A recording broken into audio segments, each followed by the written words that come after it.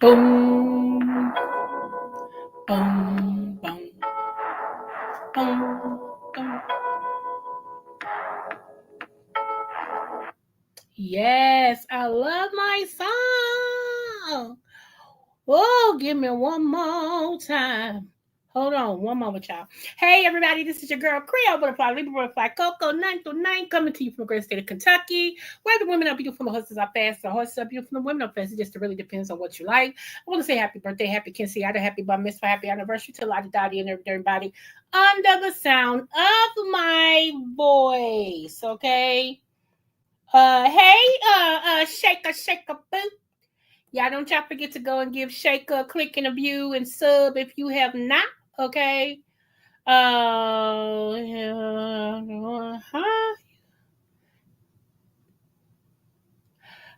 Okay. JB, you know what? I'm gonna have to read that later. I just came on. Anywho, y'all. Anywho, so y'all know I'm the upper of the what? The smooches. So, mwah. You get a smooch. You get a smooch. Everybody gets a darn blessed to smooch today, y'all. Hey, hey, hey. So that was an original song that was wrote, well, given to me, created for me. Yeah, me. By my bestie, the real life with Anthony McNeil and Apollo. Yes, he is the maestro, y'all. I am so mad. I'm gonna have to email him. He's gonna be mad. He's gonna be fired up. Cause I'm fired up, but you know, what can I do? What can I do? Um, yeah. Why is this not y'all? My Wi-Fi has been ridiculous today. I mean, for real, it has been ridiculous today. It's like it's been slow. It's been not going. It's been, I don't know if anybody else has been going through that or what. But yeah, mine is ridiculous. It'll say sending. It'll look like it's gonna go, and then it don't go. It's just yeah, it's just weird. Any it's Friday night, y'all. We are in it to win it tonight. Okay, we are in it to win it. Yes, I have a lineup on what we're gonna do, but we still in it to win it. It's Friday. Kick back, rub your toes together. You know all the things, all the things. All right. I got to get up early in the morning, and Lord, gotta go with my mama. I'm happy because I still got a mama. Don't get me wrong, but Lord have mercy. What we going to do tomorrow is something else. She don't know why we out here in these streets. She gonna take me to try to find some yellow watermelon. I want to try the new. Well, I don't think it's new, but you know, I want to try that other watermelon. I heard it was good. I heard it was good. Plus, I'm on this cleansing kick, and then I'm going on this fast, and all of these type of things for spiritual reasons, as well as my birthday's coming up, you know, and everything. And I do this every year for my birthday, you know, and stuff like that, and stuff like that. Okay, so girls and boys, men and women, ma'am, sir. Okay, so that's how we doing it. Any let's go on and get over here and get to the good spot. Can I, y'all? You know what? I already know. Hold on. I already know that YouTube gonna send me an email saying to remove the song so I can get monetized. Yeah. I do it all the time, but they don't monetize nothing yet. So I ain't got no check, no thought of a check, no, you know, uh, what was that? Hold on. Oh yeah, yeah. I know this is the love spot, so I can only get 1 minute of this without getting dinged. Okay, so we gonna get 1 minute without getting dinged. This is just gonna lead us into what we talking about tonight. Okay, hold on. Because I'm going to share this with y'all. How about that? We all going to tune in. How about that? Okay. Whatever happened to the tag me outside then, girl? Whatever happened to her? Is she still around? Is she still kicking? Did somebody take her outside? I'm just asking for a friend. Tag me outside then. I used to think it was so dumb, but whatever. It's a catchphrase, I guess. I guess. Let go. Come on. Let me see. Where is a minute so I know when to get her to stop it. Hold on. Okay, right above F5. Okay, cool.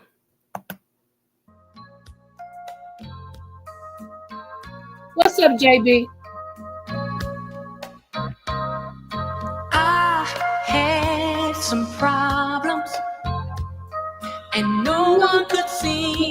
to solve them, but you found the answer.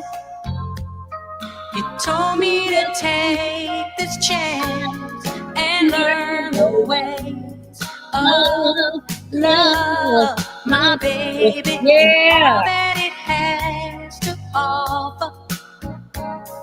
In In time time you you will will see see that that love love. won't let you down. You said that you loved me, Hey. said hurt only came to pass me. It sounded so convincing that I gave it half a chance and learned the ways of love, my baby.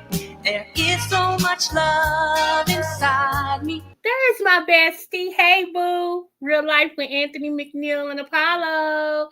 Yes, y'all. Please go and sub to him. I told y'all he's a maestro. He really is. I always, hey, I gotta give credit where credit is due. And I'm gonna text you because you gonna be like, I already know you gonna get on me, but I'm gonna text you. Anywho, I told y'all he be giving it to me straight, no chaser. I be mad. Okay, I be low key mad, but I eat it, I drink it, and go back my beeswax. Okay, because we drink our water, man, our business over here. Okay, so yeah, I just you gotta have a friend that'll give it to you straight and still care about you. So yeah, but it's reciprocated because I'll be like, hey, you need to calm down a little bit, or whatever the case may be. So yeah, that's my boo right there. Any chew. So that's that. Y'all remember that song? Let me see, Anthony, when you forcing Coco into the studio. Oh my gosh. Oh my gosh. JB, you gonna have my friend reading me tonight. He gonna answer that question. Trust me. And trust me. ah anywho. Okay, so that's one old school. I love that sound though, right? Well, I know here it come. Here it come. Go ahead. Tell the truth. Get on me. Get on me.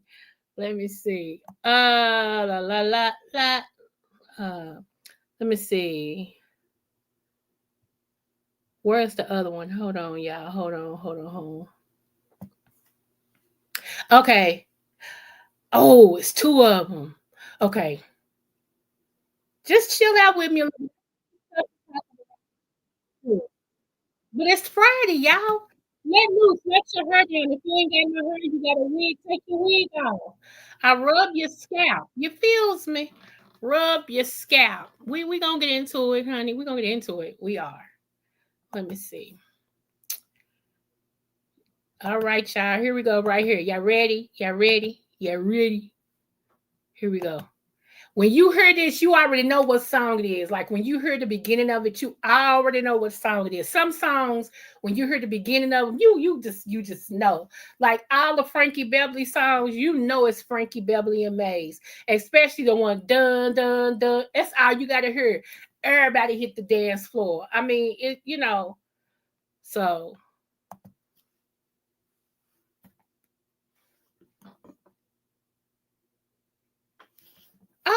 JB, no, you didn't.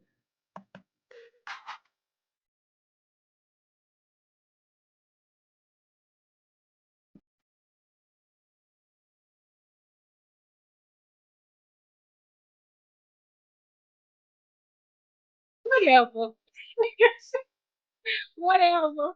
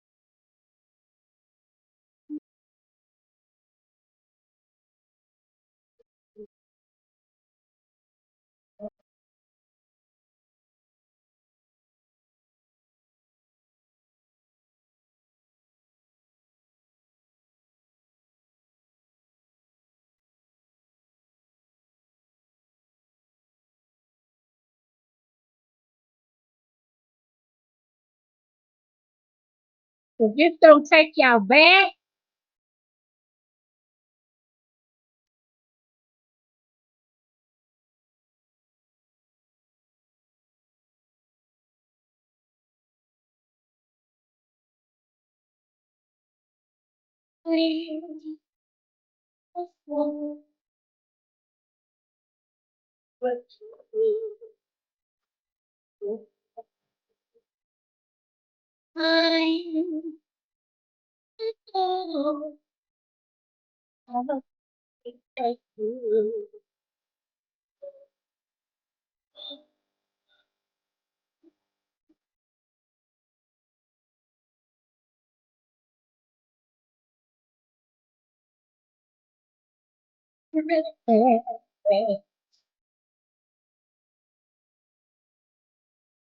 tell me.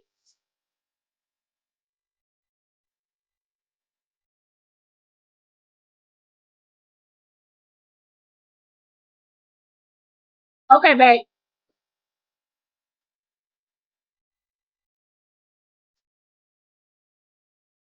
I'm number one. See, hold on. That's what I'm talking about. Sounds like it. I gotta be number one. I'm sorry. I don't know how to be number two. True story. I don't. I tried. Yeah, I tried in my life to be. I just can't do it. I'm number one always. So yeah, we can't do that. We don't do that. Anyway, let's go.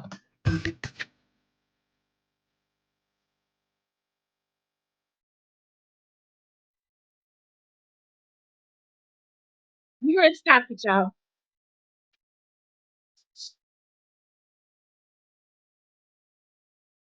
Virginia.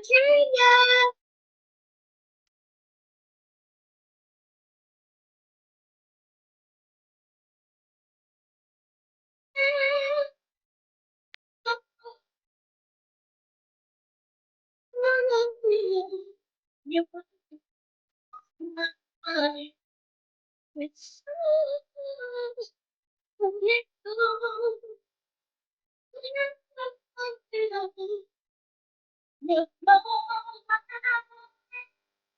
Hey, oh.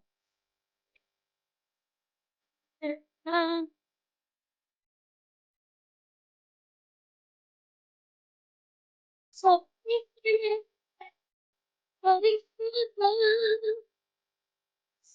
tell me, baby,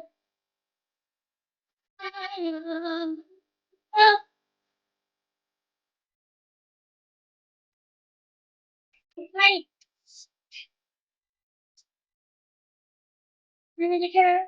Listen to my heartbeat. Hey, for you, Coco.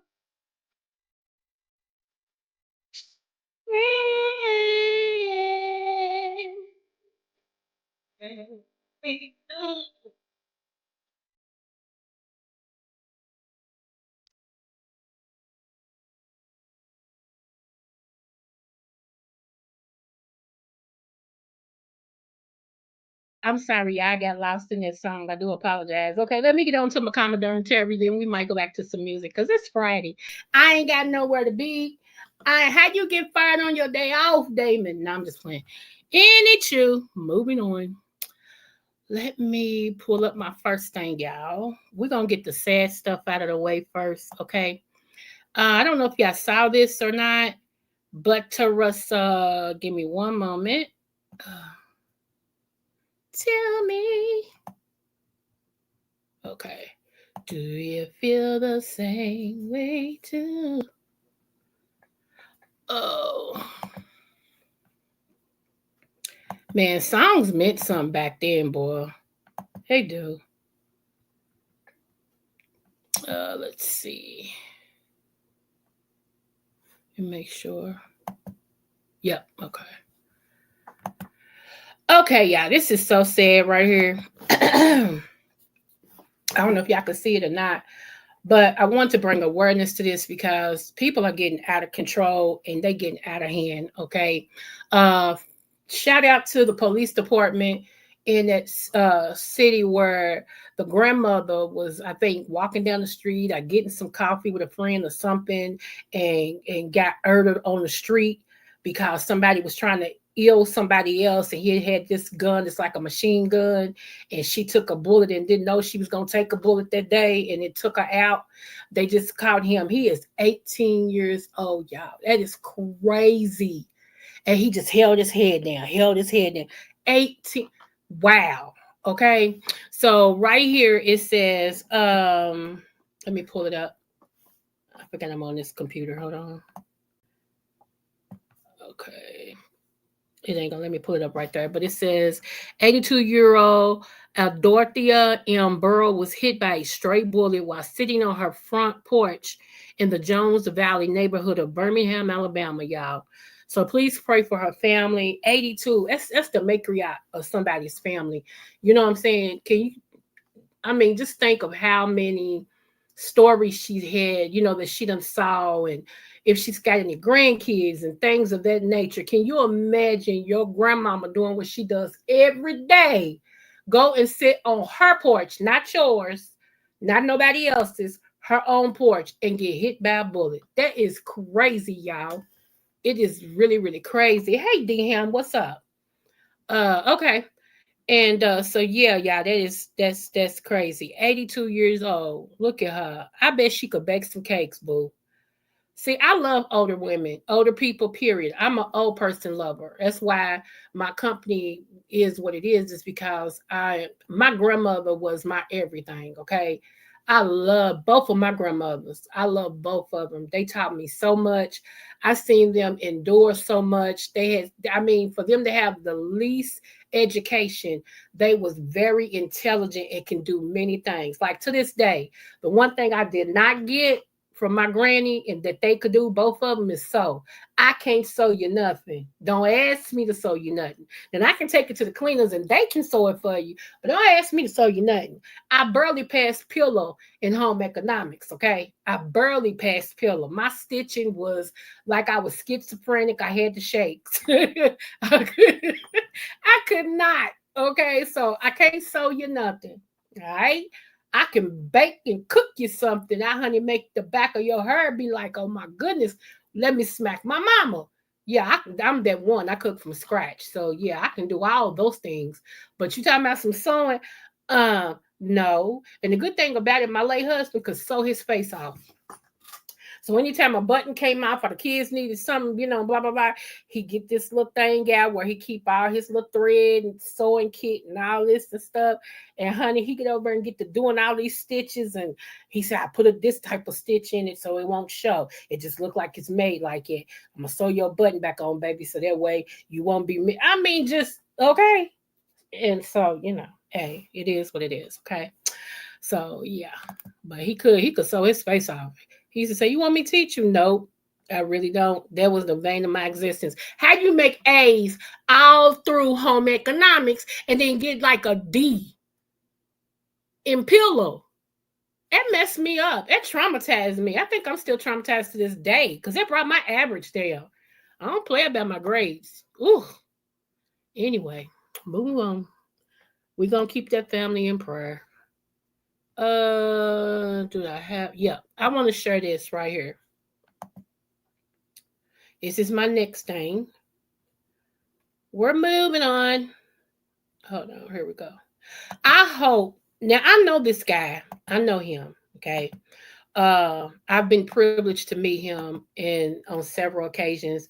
I even got a chance to go to the governor, Frankfort, Kentucky, and everything. And then he comes down to the city I grew up in, which is Louisville. And I've met him through my granddaddy a couple times, and things of that nature. And I've had a chance to talk with him several times. So I like this guy. And right here, let me pull it up. Kentucky Governor Brashear wins multi-state lawsuit to restore federal funding. The win will give Kentucky back $9 million in AmeriCorps funding the Trump administration tried to halt. You've heard me. Did they show his picture? Hold on. I want y'all to see what he looked like. Well, y'all saw. I just wanted to say that, I don't know if other states have fought for the rights for their people, but he has. And, I I'm grateful for Andy Brashear. And Sirius XM Radio has given him his own podcast. They like him so much, they made a contract with him for him to have his own podcast. I thought that was awesome. I thought that was awesome. What made me like him? Where's Catherine? I see no Catherine. Hey, Catherine Boo. Hey, Nubiology. A lot of y'all done came in. I'm sorry. I'm sorry, y'all. Yeah. You can sew, I can sew, but that homemade hamburger pillow. Child, tell me about it, newbie. Tell me about it, girl. It used to, oh, because I'm a perfectionist. I am. I'm a perfectionist, and so like whatever I do, I try to do it to the umpteen power. And if I don't feel like I can give it my all, then I won't do it. And so that makes me look like I'm a procrastinator, but really I'm a perfectionist. So it's like I want to do this, I'm gonna do this, but if right now I don't feel like I can give it 100%, I ain't gonna do it. So it gets delayed. Hence my fourth book that was supposed to be my second book. Okay. It's called Me Versus Me. It's already registered with the Library of Congress. I got my IBM number and everything. Got my front cover and all of that. I just ain't put the pages in it yet because I ain't finished with it. Okay. Don't judge me. Don't judge me.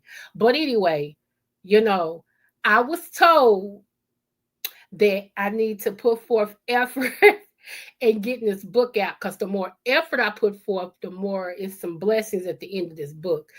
So, but see, then that goes back to me being chastised by my friend.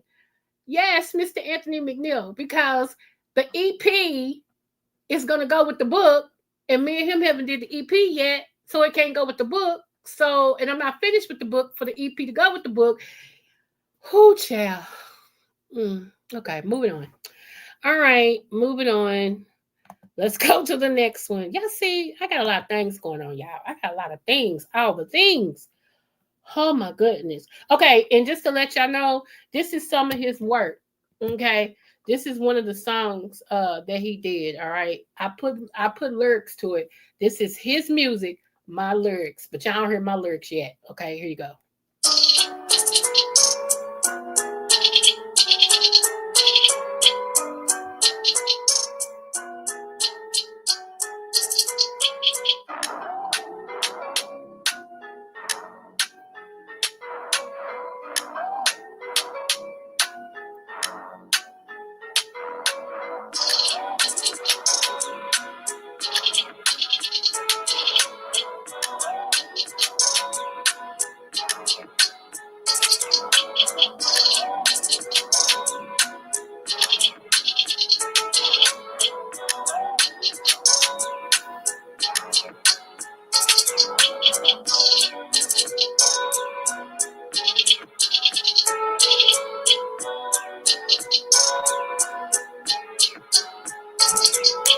Boom, boom, boom.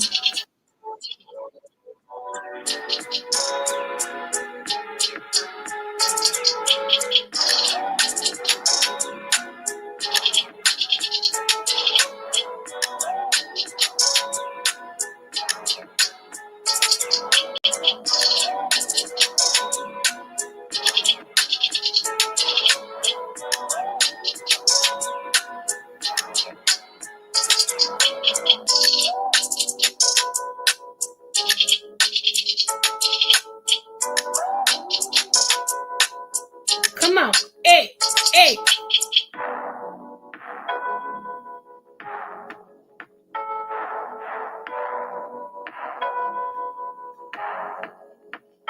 Don't play with him.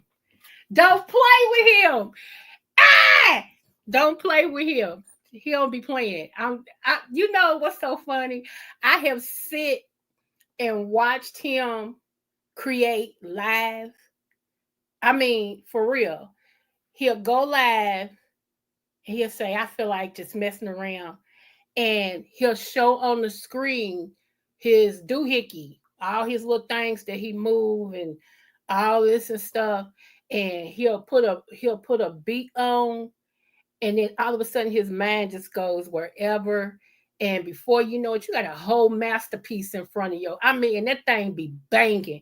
And he knows me. He knows I like a bass. I like a bass, and it goes with who I am. I'm Creole. I'm we Indians. We like that dunk, dunk, I like that bass.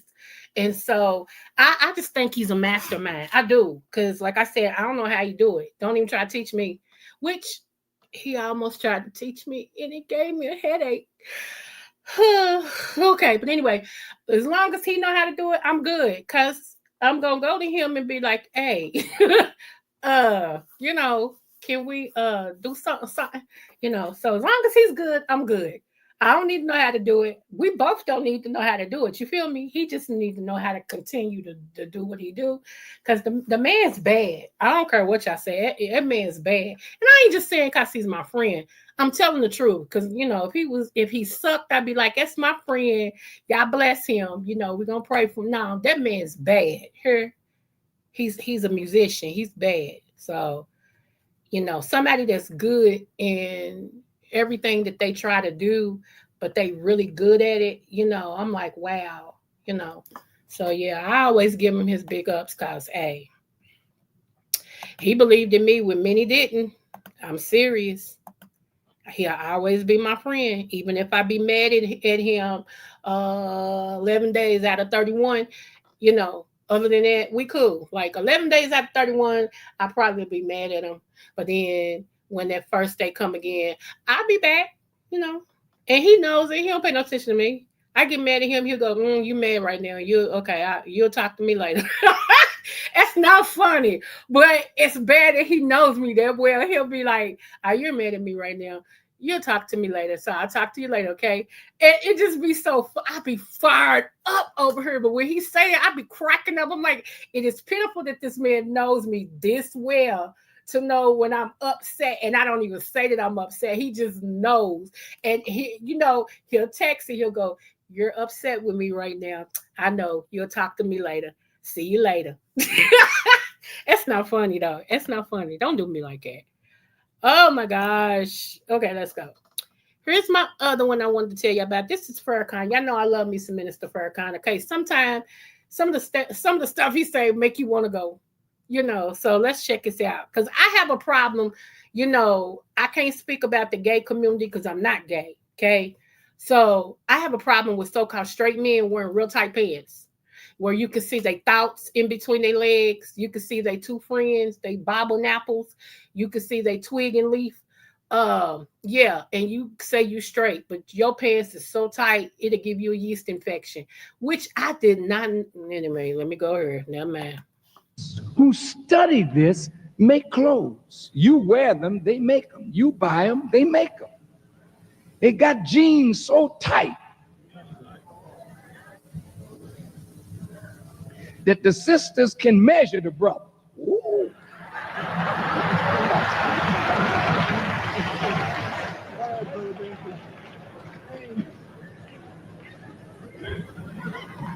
They have jeans so tight on the female till your crotch becomes an inverted pyramid. You see the point?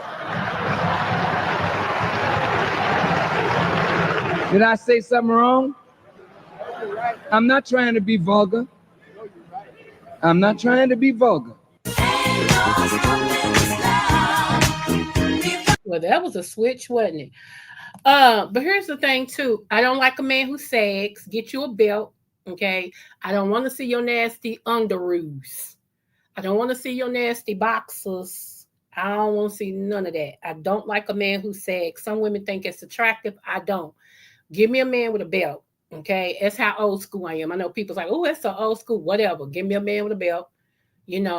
I don't do it. Don't. Pull your pants up, Negro, okay? And I don't want them tight. If your pants is so tight, I can measure your manhood. You don't want a woman. I'm sorry. You don't know. Let me tell you something. I told y'all, TC was up here yesterday with 300. Shout out to them. I had a bar with him yesterday.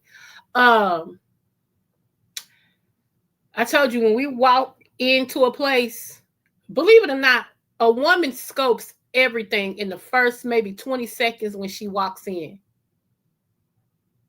It's just the way we're made. We be done scope some stuff that y'all men don't even notice. And we'll sit down with y'all and be like, did you see blah blah blah blah blah? Where you see it at? We scope I'm telling you, it's I don't know if it's just a woman thing or if it's a survival thing because I was raised in the projects. So when you raised in the projects or the deep hood, you learn life lessons differently than other people. Okay. So, I learned how to, no matter where I go, I know, like, you can't take me nowhere and drop me off and think I ain't going to make my way back. It don't work like that because I'm always paying attention.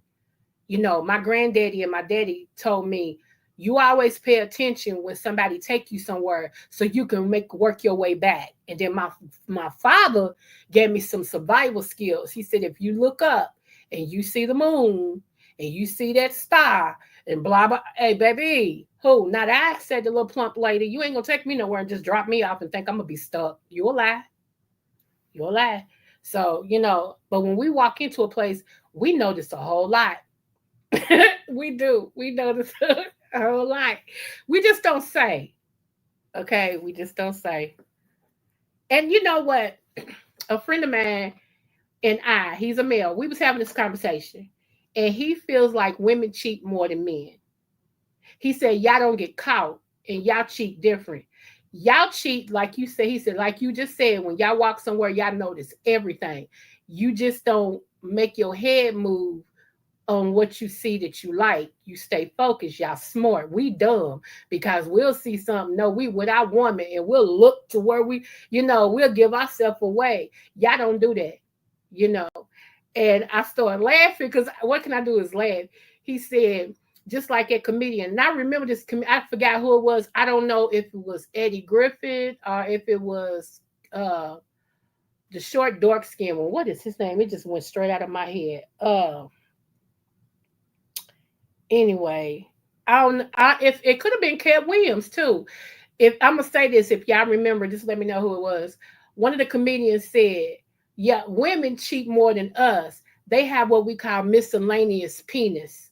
Said it's like you have a penis setting up on the shelf, but when times get hard, said everybody says they have all these men that's friends. Oh, that's my friend. You want to meet my friend? That's my friend. And as soon as you act up and all that and stuff, next thing you know, a friend is done been over. So I had to laugh at that too, because that is true. Women, I ain't trying to tell our business, y'all. I'm not trying to tell our business, but y'all know it's true. Y'all know we keep friends in our pocket, so-called friends in our pocket for when times, that bruh man think he want to pull one. You like, I put like this. Women, not girls who's old as women. Okay, because you got some women that's like my age, but their mindset and stuff is that of a young girl. I'm talking about real women that's older in the mind as well as your age is in the 50 plus. We keep Now I grew out of that. I really did. I grew out of that. I grew out of that. Lord have mercy. I'm going to tell too much. I need to shut what they call the heck up. Because I'm going to walk into something I ain't going to be able to get out of. Okay? All right, let's go. So yeah, let's go to the next one because I'm gonna leave it alone. I be done told my business, and I told y'all we gonna drink our water, man, our business. I ain't telling y'all my business, but yeah. See, I will say this: I'm the keeper of secrets, and I think I started off being the keeper of secrets with my brother because my brother, at least two of my brothers was hoes for a while. They really were. I don't know how no woman liked them nor stayed with them because I wouldn't have never had them at all for breakfast, lunch, or dinner. Do you hear me? I wouldn't have never. Yes, they was nice to look at. I don't have no ugly siblings. I really don't. I can say that. But I wouldn't have had them. Especially my brother Junebug. Of course, that's not his real name, but that's what we've been calling him all his life. My brother Junebug, absolutely not. Let me tell you, when we went to school, I was on the drill team, okay? And was this the time I was on cheerleading team or drill team? This was the season I was on the drill team. Okay. And he didn't like his girl that we all used to hang around, but she was on the drill team with me. So, you know, you kind of hang together a little bit or whatever. And she kept messing with him. And see, my brother's diabolical. Okay. He very much is. My son, my baby boy is like him, except my son is quiet. He's very quiet, but he got that diabolical stuff in him, honey. So my brother, like, she kept messing with him, and I kept saying, "Girl, stop!" Because if he asked me to whoop you, I'm gonna beat you up. That's just how it worked. My brother used to come and give me true story. If you know, if I'm at home or whatever, and some girl in the projects said too much to him, I did too much to him, instead of him hitting him, he said, "I'll be back." He come all the way home. Get your shoes on. I already know what that means. I'm like, dang, who am I fighting today, man? You know, get your shoes on. I put my shoes on. I'm like, where are we going? Just come on. He'll take me all the way back over and say, whoop her.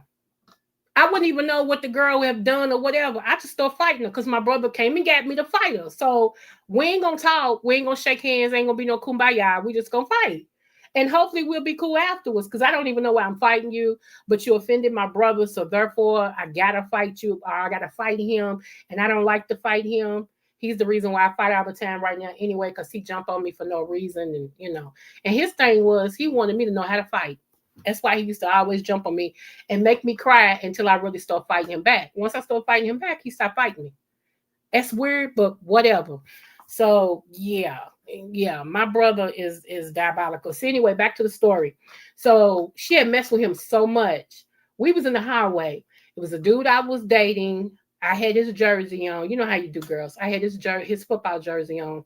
And it was like 5 more people in the highway. It was a girl that I'm talking about. I ain't gonna say her name. It was a girl, and I think 2 more girls that was at their locker. You know, I was just hanging out before it's time to go and get ready for the pep rally and blah, blah, blah. My brother saw her and said, "Didn't I tell you stay away from my sister?" And she said something to him. My brother grabbed the fire extinguisher off the wall in high school and start spraying her. Said, "Keep your fishy smelling self away from my sister." Spraying her. Everybody was like, "Oh man." I'm screaming at him, saying, "Stop, boy, stop." Here come the counselor running up the step, the football coach. They all coming up the step because people screaming. She's crying now. She's got this stuff all on her, all in her hair.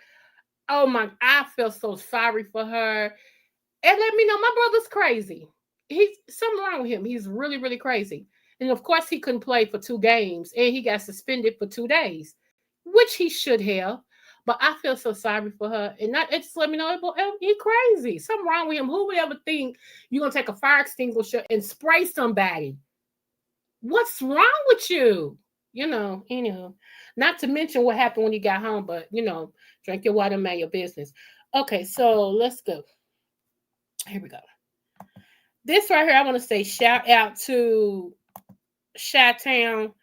Let me say this. Everybody has their opinion, and you don't have to agree with me to be over here. I keep saying it. I want to reiterate that. And just if my opinion is different than yours, it don't mean we falling out because we mature over here. We can agree to disagree. Okay. My thing is, I don't see a plus side with the military coming in to Chicago. Yes, Chicago has a lot of deaths on the daily. Absolutely. Okay. Absolutely. I agree to that. I don't live there. So my opinion on what I'm about to say is from the outside looking in. I do have family members that's in Chicago. Okay. Asking for the military to come in or agreeing for them to come in is asking for martial law to hurry up and come through. Okay.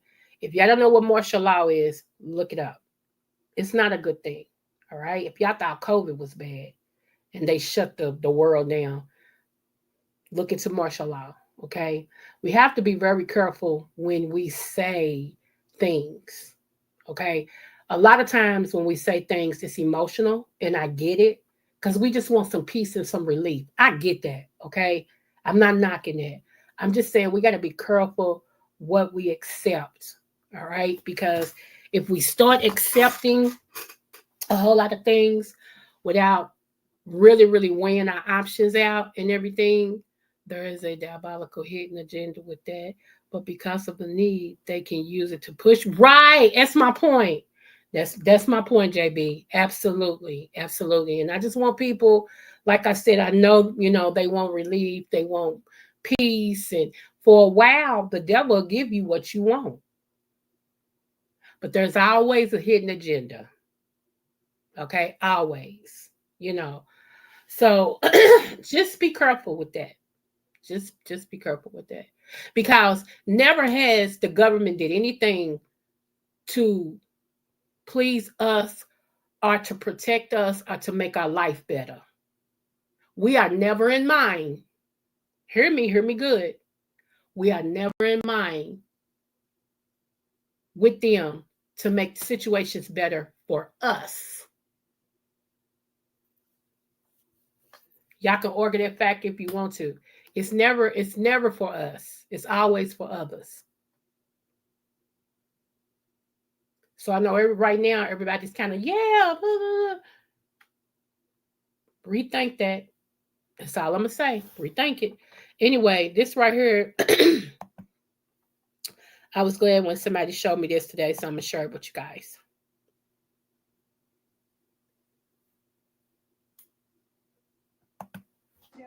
Southern Belle. Hey boo.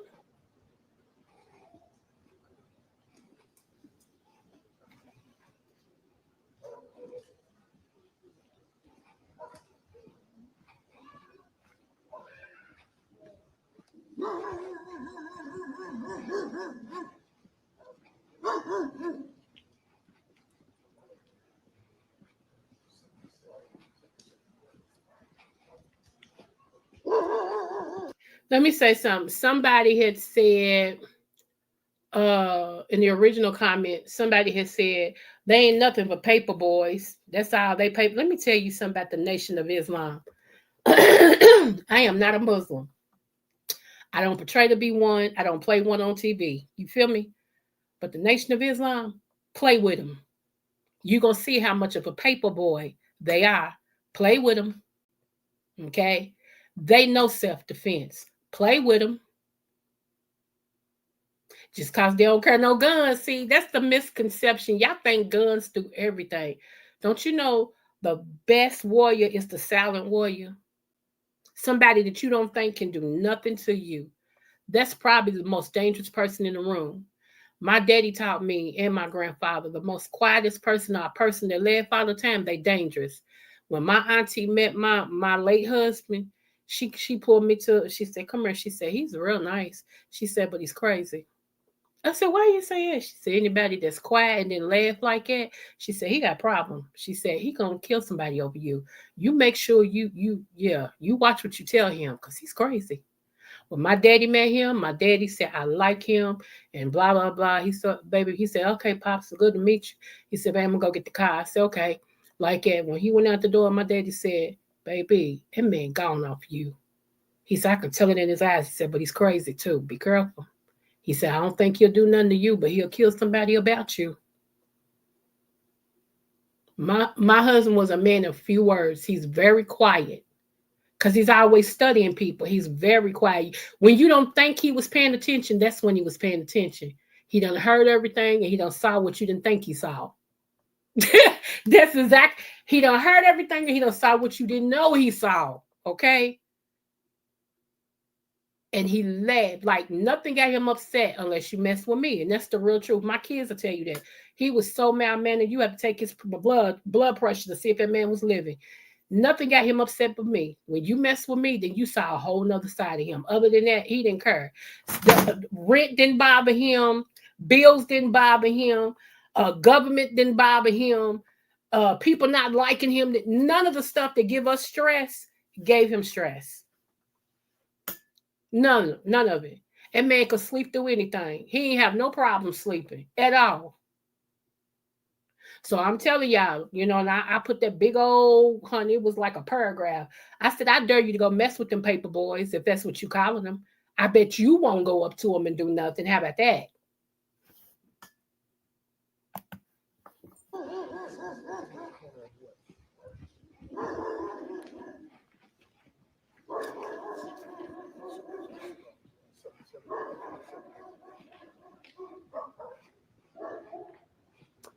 It's the point I want to get to. Hold on. Like, I didn't know what this port was going to turn out to be. Let me see.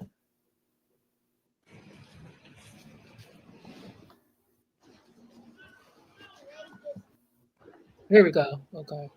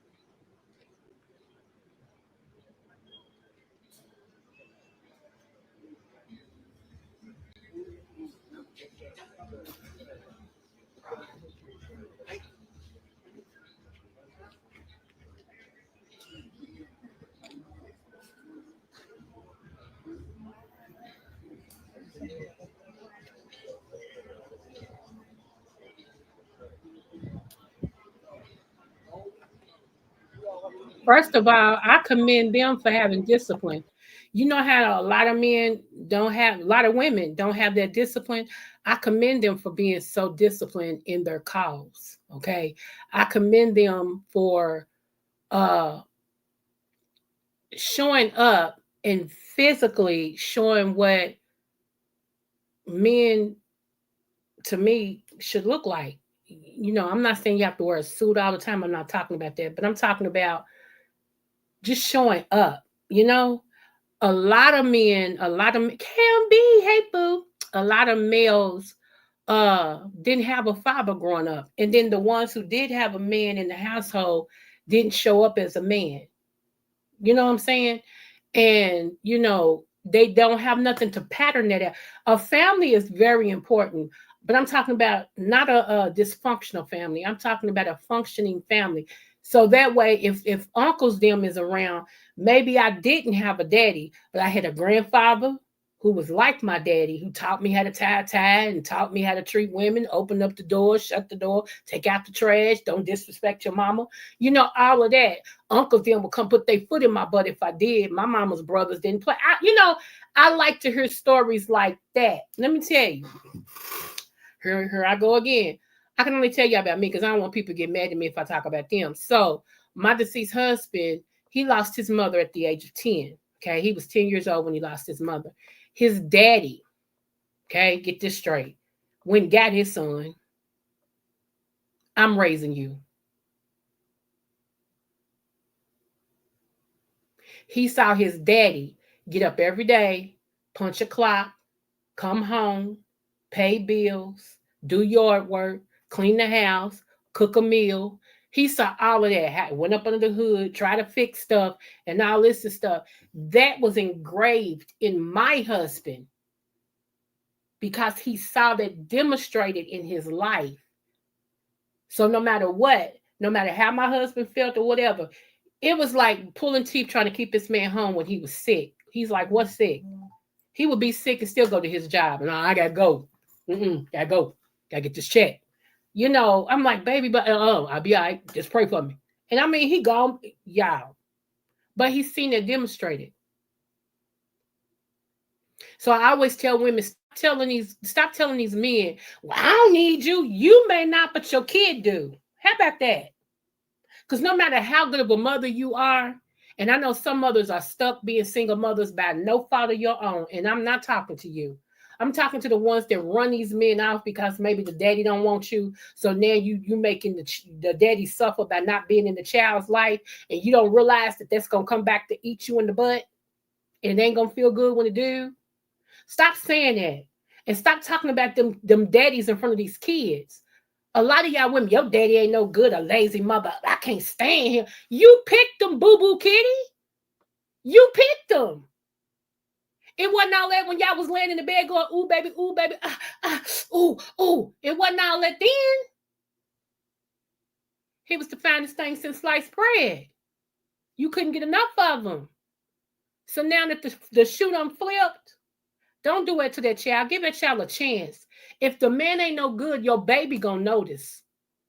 You do what you gotta do. Your child gonna notice who was there. And for a minute, when the father come around, he gonna be like, oh, my daddy, my daddy, my daddy. Then it's gonna click in his head. My daddy wasn't even there when I had to go to school. My daddy wasn't there for my, when I got awards, field day, when I was sick. Where was you, man? He gonna have a hard conversation. She gonna have it. Where were you? And what you don't want your child to hear is, man, I tried to come. I tried to be there, but your mama made it very hard. And she told me she don't need me. Y'all doing good without me. What was I supposed to do? That's what you don't want to come back to your house. Anyway, let me move on. Okay. I'm just saying, I get tired of hearing that. I do. I get tired of hearing it. When one of my brothers, when he found out his girlfriend was pregnant, and matter of fact, it's his only child, he called me. And he was like, hey, a girl's expected, man. What should I do? I said, what you're going to do is tomorrow, you're going to take $25 up there to the child support office and start your own child support case. For real? For real. You don't want to be behind? And then you don't want them to come and get you off your job because you didn't know she was getting public assistance and now y'all $3,000 behind. You're going to go up there and put your own self on child support. You're going to put $25 on that case every week. Every time you get paid, $25. Let you be in the good by the time she go up there and they start that child support case. Because that way you got wiggle room. If you do have to go to court, the judge will say, well, dang, you start paying way before it looks good for you, and the judge will work with you. And that's what he did. And so I just told y'all something. Those of you all who's single and your mom, the baby's, you got a girlfriend she's expecting, I would start putting your own self on child support. I'm telling you, I'm trying to help you. Put yourself on child support. Because if they get any type of assistance, you start off in the ridge. If you always wanted to have you end up with a ridge, it's because they're getting government assistance. Any type of Medicaid, any type of food stamp, any type of, I don't know what it's called now. It used to be called AFTC. I think it's TAP or something. I'm not sure. Any type of those things, you already in the ridge. It means you behind.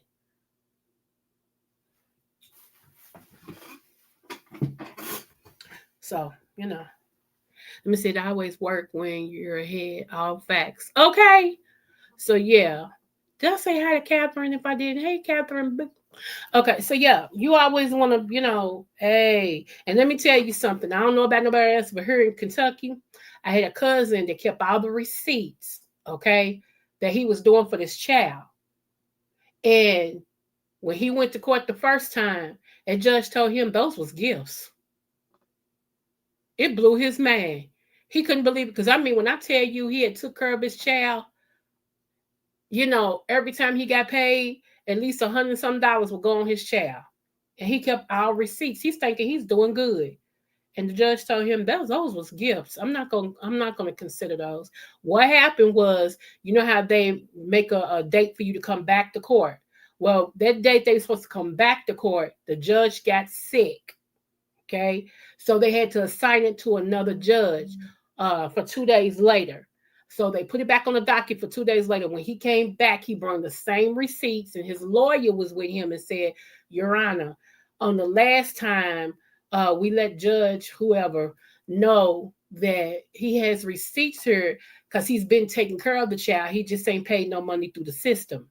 And see, what happened was that girl didn't tell them that man, my cousin, had been buying this baby all this stuff ever since that child came into the world. But he was smart enough to keep every receipt that he bought the child. This judge considered it. This judge said, okay, we're going to take a recess, and I want to see the receipts. Sure did. And even though they didn't give him dollar for dollar, they did knock a certain amount off and was able to lower the child support that she thought she was going to get because they caught her in a lie.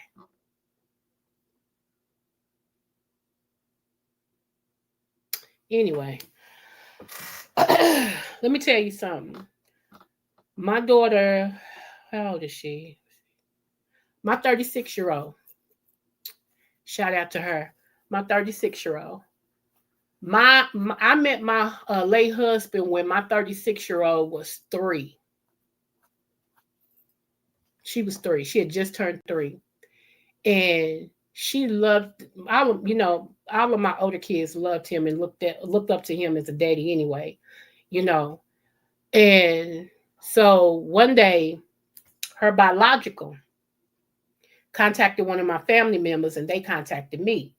And I said, "Oh, ain't that convenient? We're gonna go to court." So now he want to contact me, right? Because we was going to court for child support, okay, and everything. I was going for a raise, and so because he was only y'all. If I told y'all how much he was giving me, y'all be like, "What?"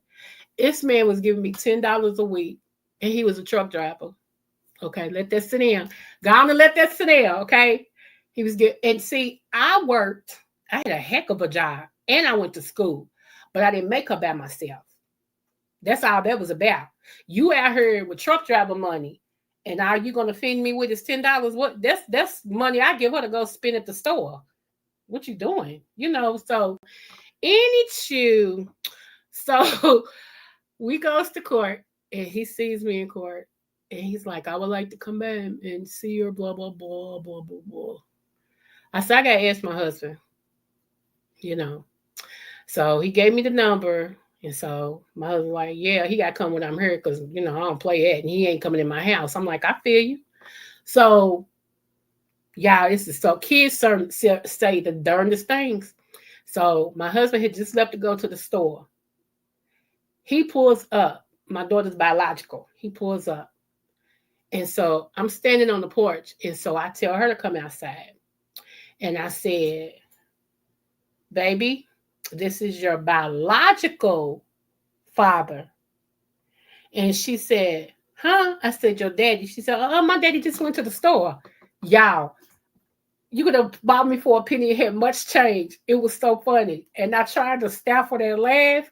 I said, "Okay, yeah, that's your daddy." I said, "This is your father. This is your blood and his blood. It's the same." Like it. She said, "Oh." She said, "Hi." And he said, "Hi." He shook her hand and all this.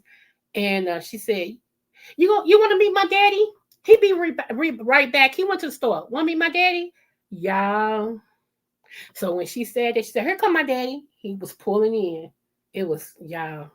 Kids say the darndest stuff. I promise you. I know he felt like stupid, all kinds of stupid, standing there like, your biological is calling another man daddy. And then him and my husband had, a little conversation. He said, "Let me talk to you for a minute." He said, "Hey, take on in the house." I said, "All right." I already knew what that was. So, I'm letting my husband, hey. So I go on and man my business, honey. It was something else. It was something else, He was like, he's gonna do better, and he want to do this and do that. And I heard my husband through the door say, "Oh, don't get it twisted. She's taken care of. She don't want for nothing. None of them want for nothing as long as I'm here. And my wife does a better job than me because she was doing it before I came. I just added on. She ain't desperate, but it is your responsibility." I know, man. I know you right. You right. I just lost track of her. I didn't know where she had moved at. I mean, he had every excuse in the world. He had more excuses than the nigga going penitentiary. I mean, he had, yeah, it was funny. So it's a long story, but yeah. I end up taking him off child support. Let that marinate.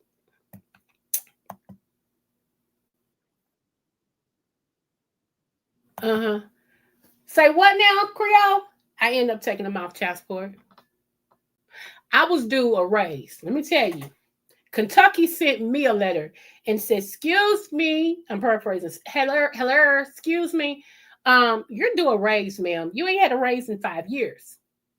So we want you to come in because we've calculated how much you can get.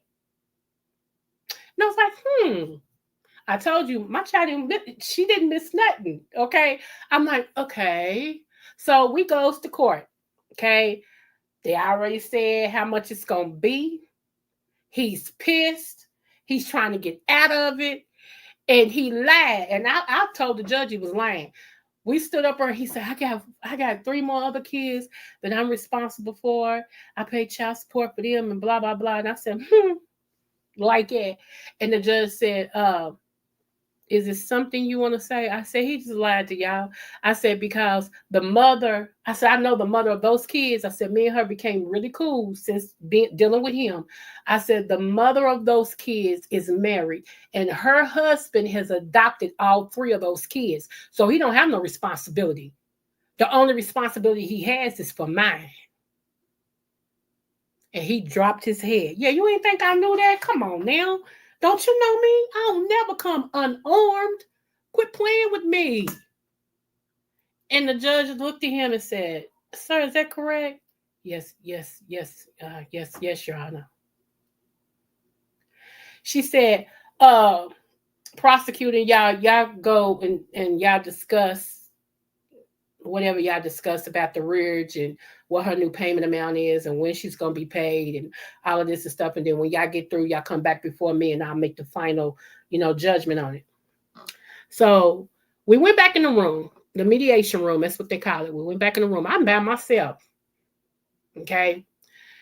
So the prosecutor goes out and says, I got to get this paper stuff and blah, blah, blah, because I'm going to need you to sign it and you to sign it. And we have to submit it back in front of the judge for it to be final. And this goes in effect next week. It starts next week. Okay. Y'all, they was giving me $540 every week. To some, it may not be no money. Think about that. $540 every Friday. And I looked at him and I said, so you really can't afford to give me an increase? No, man, no. And especially no 500. Especially no 500. That's, man. Oh, man. That's going to hit me. Oh, man. I mean, I'm sitting in this chair just looking here. He's moving his body and, man, grabbing his forehead. And 540 going to turn me up, man. Come on, shorty, work with me. For real, just work with me. I promise you, you know what? I'll come and my wife, she's a cosmetologist. She could keep her hair done and just work with me for real. Work with me. See how quiet I am? That's how quiet I was. I said, you know what? I got you. So when the prosecutor came back in, she said, all right, this is the new amount and blah, blah, blah. And this is where you sign. This is where you sign, mister, and blah, blah, blah. I said, I don't want it. They both looked at me. She said, huh? I said, I don't want it. She said, wait a minute. What are you saying? I said, I don't want it. I said, if he say he can't afford to pay me, I'm going to take him at his word. I said, my daughter's not missing a meal. She's being well taken care of. Matter of fact, she's good. I said, I don't want nothing from somebody I got a hound to get. I don't want it. And I signed saying I turned it down and I don't want it. I said, no, nor do I want, I said, I don't want the increase, nor do I want any more child support. I don't want nothing from him. And I signed on it. She said, you got to sign right here. I signed on that paper. I initialed it and everything. She said, okay, y'all can go. And I walked up out of there with my head held high. I called my husband and said, I gave up everything. He said, thank you. That's what I wanted you to do. So come on. It's exactly how it went. So he can't say he did nothing really for my child because what you do, everything you see is us, me and my late husband, everything. Everything. So anyway, here's the other one. Told you I was making some great money. I was working for the government. Come on now. The military part of the government. Let's see.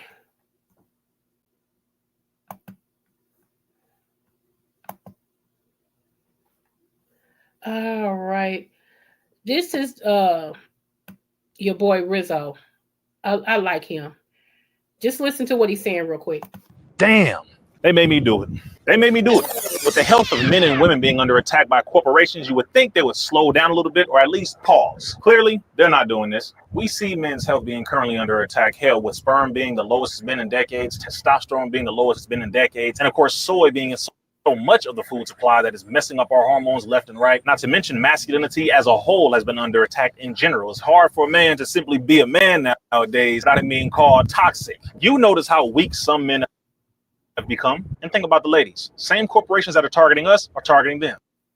The chemicals in their perfumes, hair, and cosmetics, chemicals in the pads and tampons that they use every month, all of this being directly connected to their endometriosis, fibroids, PCOS, and all of our hormones out of whack. Put it all together and you have a recipe for the destruction of fertility, and this is why I said they made me do it. Here at Intellectual Power, we are not simply talking about the problem, we are coming up with solutions. So brothers and sisters, I give to you the revolutionary seed of source, and for the women, I am her Earth Melanated. These two supplements, one just for men, the other just for women, helping with reproductive health, hormonal balance, digestion, erectile dysfunction, PCOS and fibroids. All these different things are addressed by the different herbs in these two mixtures. These herbal blends address many different areas of overall health, but they especially address our reproductive health as men and women. That is something you will see. These are two of the most powerful, dense herbal solutions in the world.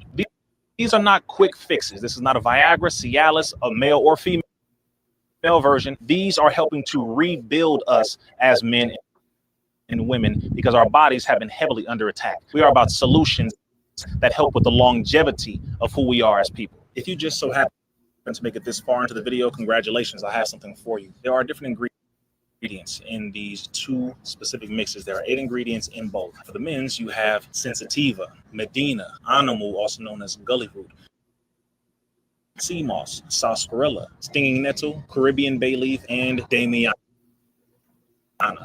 And that sarsaparilla I take every day. Stinging nettle I take every other day. There's some more stuff that he says that I take, but for the women, you have red raspberry, bladderwrack, dog blood, St. John's bush, moringa, vervain. Moringa I take every other day. Bladderwrack I take every day. Something else, red something, not red clover, red the other one.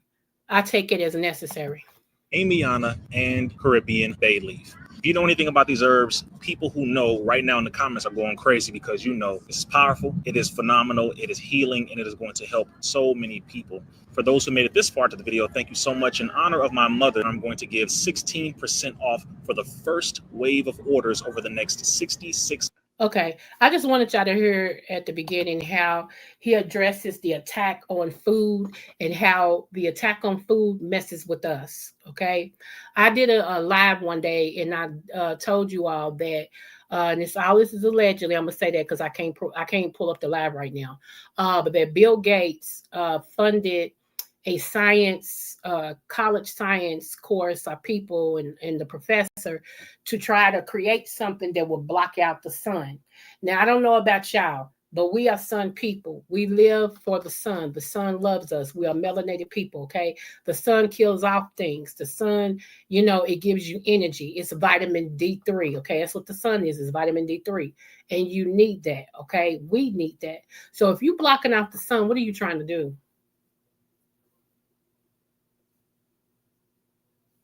If you ever notice how McDonald's fries changed, like maybe in the last 10, 13 years, like they started changing. They wasn't what they used to be, because McDonald's fries, you didn't even have to get their burger. You go get you a large fry with light salt. If you like me and you want them hot, you go get you a large fry, no salt, because that way they coming straight out the grease, okay? And then you ask for a salt pack. I know, but that's how you cheat the system. Anyway, moving forward. Yeah, and they used to be good, baby. You could just eat their fries. All of a sudden, their fries changed. The taste of them changed. They taste so artificial. It's ridiculous. Okay, it's not the same fry, and a lot of people have noticed that it's not the same fry. Well, McDonald's has an agreement or a contract, allegedly, aka, but this has been proven. But allegedly, I'm gonna say allegedly, with Bill Gates, Bill Gates has potato farms. Okay, he's bought up land. He has potato farms, and the potato farms fund is what McDonald's get their potatoes from to make their French fries.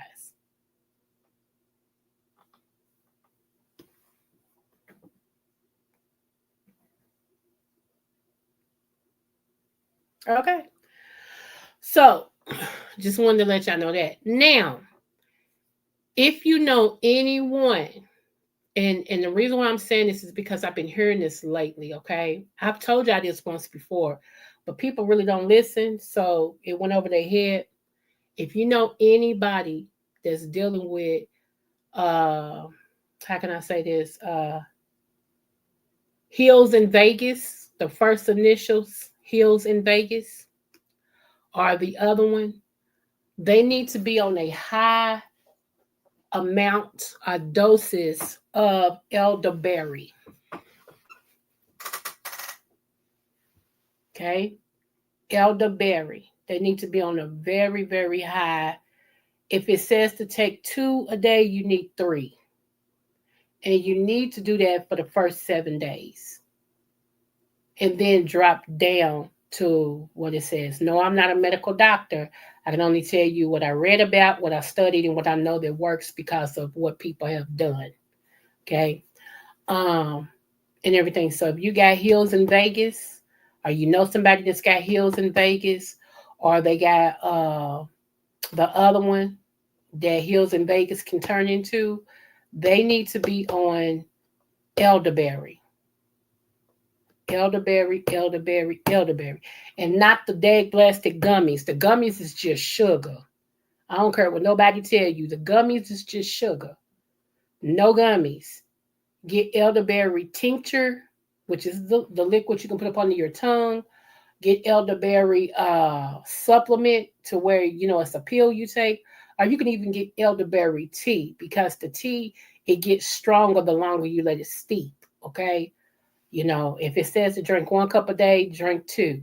Like I said, to start out. So yeah, elderberry is what you need. Now, I've said this many, many, many, many, many, many times. And people, I don't know if they sleep, they overlook it, they don't care, whatever. Let me see.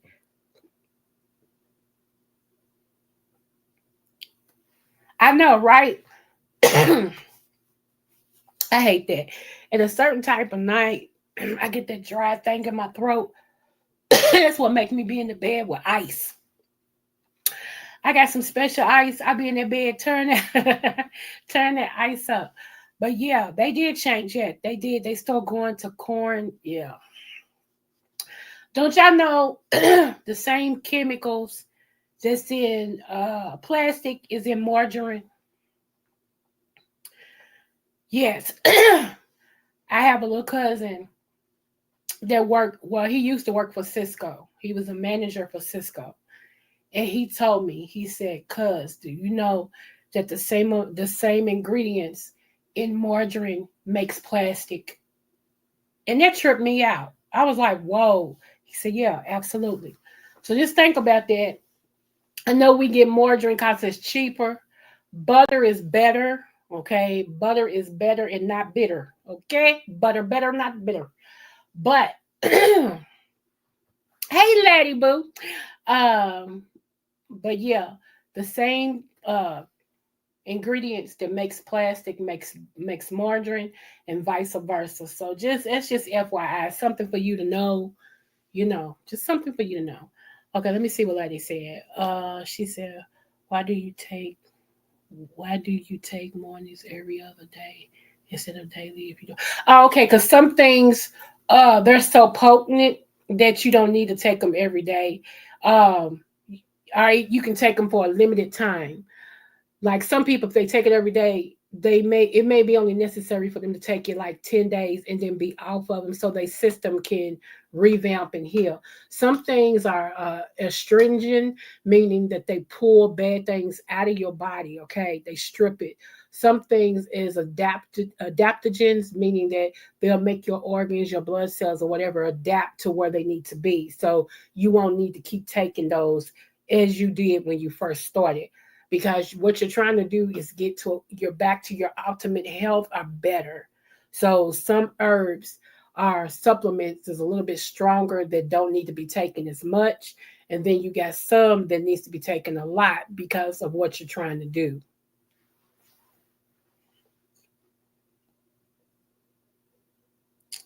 Erase this one because you misspelled my email address.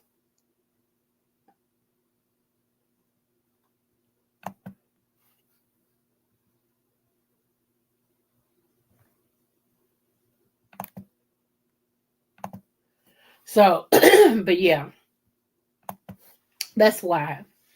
Um, yeah, let me tell you something. The new Ovid, put the C where necessary, is out. It's XBB. Okay. Per a doctor, this particular Ovid, they don't know how to treat because it starts off like the regular Ovid, put the C where necessary, but then it separates. So they don't know how to treat it. Okay, so they're treating you with a new version with the old method. Okay, I'm gonna say that again. They're treating you with they treating the new version with the old method. Okay. Supposedly, and if it's allowed, doctor told it. Supposedly, this particular ovid, if someone touches you, it spreads. Okay. So when y'all in a crowd of people, be very careful. Okay. Also, I told y'all that we had some crazy people in the world. And I told y'all last year that when you go in a crowd of people, watch your back and protect yourself. What people are doing now is going around sticking people with syringes, okay? And that's going to happen even the more. The devil has a lot of people's minds, okay? And they think they're doing it for the better good, but they're not, all right? Shout out to Dirk C. Williams, too, on this. He works in the medical field, and during the highest point of Ovid, he didn't take the vanilla. Neither did I. Okay, and I just armed myself with prayer. Come on, let's get that straight. I armed myself with the prayer of God. Okay, and supplements, herbs. And one of the things that me and Dirk did, he did the gel. I did the spray, which is before we went out, Dirk put the gel, he put colored silver on the inside of his nose, right at the rim on the inside of his nose, because y'all know that it has to go in the nose to get in the system. Okay. So it stops there. Colored silver kills it. All right. And so I did the spray. I would spray some on a Q-tip and go around the rim of my nose. Okay. So I'm giving y'all some FYIs. You can do what you want to do. I'm not saying to take, not to take. It's up to you. Okay. But I knew, and I had several conversations with people over here, that when it was all said and done, there would be things that came out that they lied to you all about when it came to that vanilla. Okay. And that it would be exposed. And I told y'all last year, a lot of things is going to be exposed next year. I said, I'm telling y'all, anything that can be shook will be shook. And I'd be daggone if everything's coming out now.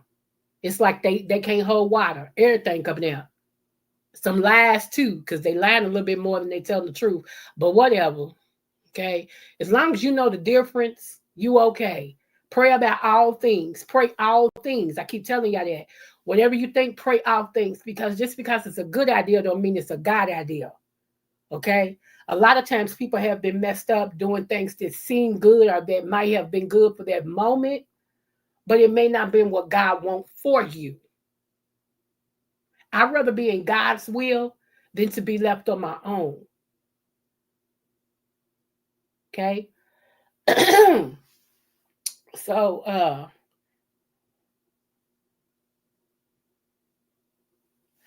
yeah, so make sure let's see. Yeah, real butter. Okay, let me see. Did you say Hills in Vegas take elderberry? Yes. Yes, ma'am. Yes, ma'am. I'm sorry, I'm just seeing that. Yes, Hills in Vegas, elderberry. Let me pull up my notes for you. And I'll tell you what else. Because I did a thing on elderberry before, But give me one moment and I'll pull them up. Because I had to pull this up for my mama tonight. She's like, you told me to get some something. Let me spell it for you. Good thing I knew exactly what she's talking about. She said, what does that do? So I'm going off the top of my mind on what I know this supplement does. She said, well, I got the liquid form and the pills. I said, good for you. It's not a bad thing. Start taking the liquid. Put it up under your tongue. Oh, okay.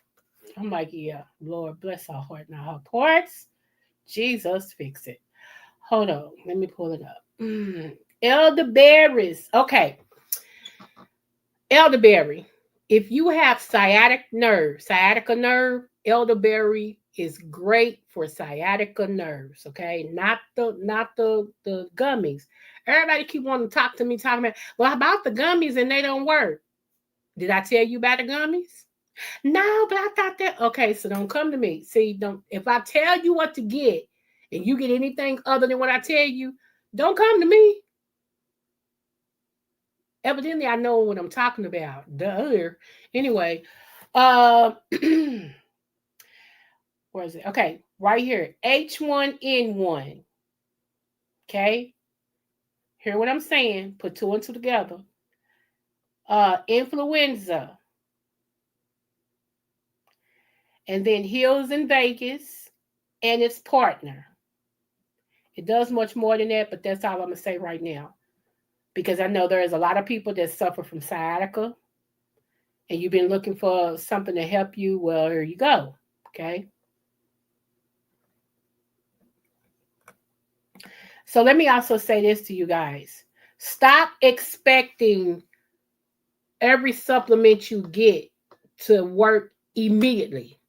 Some do, depending on where your situation is. Some takes longer because it has to compete with the medicine you got in your system, the food you eating in your system, all the things. You got to allow it to get in your bloodstream, in your cells to get where it needs to be.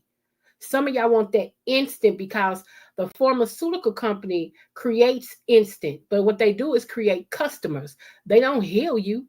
They never claim to heal you.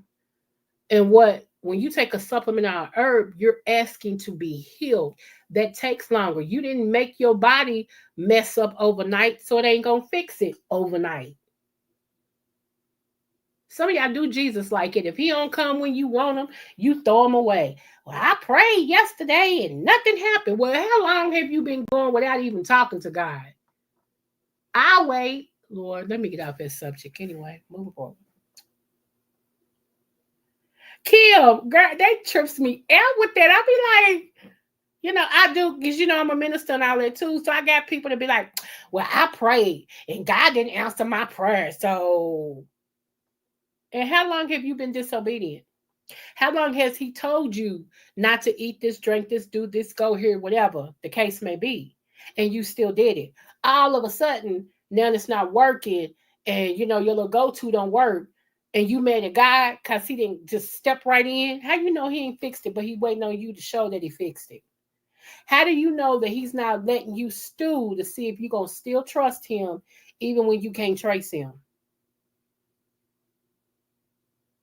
Y'all want a genie. Y'all want the God that's in the lamp to where you rub it. He pops out and says, what's your wish? And then you tell him your wish. He makes it done right then and he go back in the bottle. So that every time you get in trouble, you rub his lamp. Out comes Genie. What's your wish? What do you need? He do it right then and goes back in the body. And you go back living your life like he don't exist till you need him again. No.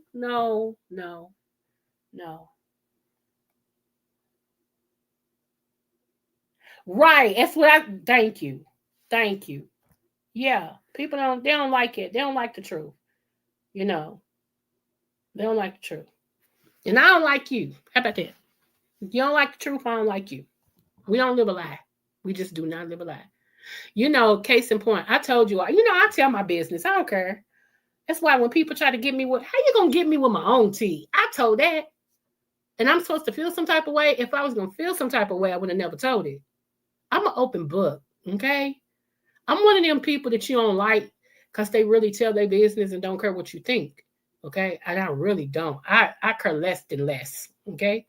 But I used to be And the reason why I'm bringing this up, because I was talking to my mama today, and y'all, in one of my email accounts, I have 2,750 and change in emails. 275,000 and change in emails. Just that's unopened emails. Let that sink in. In unopened emails. I went all the way down to my last email. I fixed my thing where it did the last email first, like the furthest one, not the one from today, but the very first one that started the account that's still there. Yeah, that was back in 2006. My mama said, you ought to be ashamed of yourself. You got emails that far back that you ain't open. Yes, ma'am. So I'm going through them, right?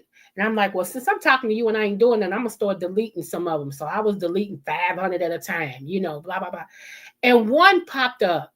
And the one popped up, y'all, it used to be this platform called Adult Finders. Anybody who's been in the sex game, anybody who had a lust issue, anybody who stripped or whatever, y'all know what that is, right? And that email popped up, and I was like, oh my God. But it just showed me how far. And that email went back further. Like the original email for that was like, I think it was 2000, 2002 or something. It was further than that because it was an attachment. Like it was an email from an email, if that makes sense, right? And I was like, wow, God, you brought me a long way. You have brought me a long way. And I just thought about that. And I just, he brought me a long way. Y'all just don't understand. To look at me, even then when I was going through all that, you would have never known that my issue was lust. You wouldn't have never known that. Because I didn't walk around with my issue showing. I knew how to carry myself.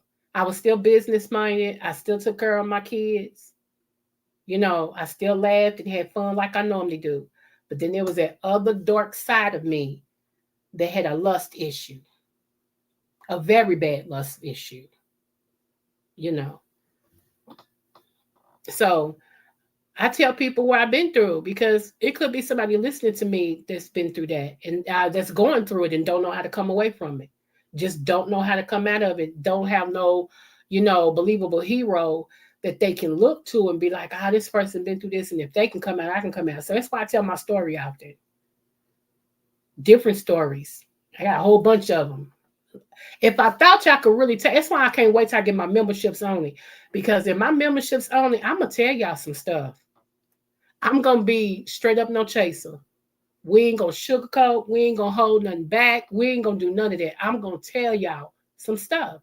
On here, I have to be very, very careful how I say things, because you don't know what YouTube or deem and what they want.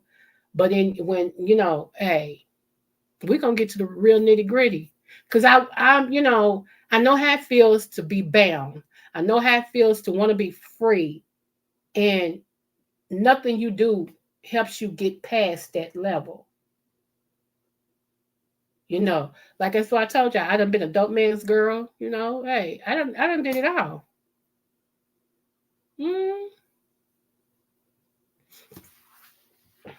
Yep. When that song came out, I'm in love with the stripper. When that came out, y'all, I cracked up. I just thought that was the funniest song. It made sense because a lot of men are. And it's not that, it's more of a fantasy. I don't knock them girls because at once upon a time I was one of them girls. It's a fantasy. A lot of times people do things for different reasons. One, I had children and I was a single mother and I was going to school and working full time and taking care of my kids, but I wanted a cushion. That's basically it. I wanted a cushion, But I can tell you when a man is GAY and you don't know he is. I can tell you when a woman is GAY. And there's a lot of women on YouTube in these chats baby. A lot of them you know what? I ain't gonna say her name. I ain't gonna say her name because it's not about her, what I'm about to say. But it's a lot of women that's in love with this content creator and they don't know it shows. They are in love with her, baby. If they could slurp her up with a straw, they would. If they could, I mean, for a while I was praying for this woman constantly because I know what God showed me about some stuff. And when God tell me to pray for somebody, I take it personal because he told me to pray. And I did. And then, I was relieved from that. But baby, it's some women in love with this person. They in love with her. Do you hear me? They say they're not gay. Yes, they are. Yes, they are. And that's why I crack up. Because I be reading the chats in different places sometimes. Sometimes I'm up in the sky, okay? Because if it's one of them nights I can't sleep, I'll be up in the sky to see who's on. And I'm like, even if I don't like your channel, if you up, I might come over before I find the movie I want to watch and watch for a little bit. And I be reading stuff in the chats, and these people be talking so hard. They be crucifying people, boy. And they don't know. I already know you just as sweet on this person, which ain't none of my business. That's why in the butterfly kingdom, what do? Drink our water, man, our business. Ain't none of my business. But it just trips me how they be trying to crucify somebody and they know themselves that they like the same thing. Okay. They love the same thing. And if I was to ever open up my mouth, baby, let me tell you something. My prophetic works all the time. It don't never take a break. It works all the time, whether I say anything or not. Baby, I see straight through some people, and I can tell you what you did. Lord, today, God help me. I can tell you what you've done in your house. I can. That's what type of prophet God got me. Most of the time, I can tell you what you're wearing, and it ain't nothing to me. It's God. I always give him the credit because without him, I'm nothing. So if he don't show me, I don't see it. And I don't try to see it. Because it ain't none of my business. I don't want to see people like that. I don't.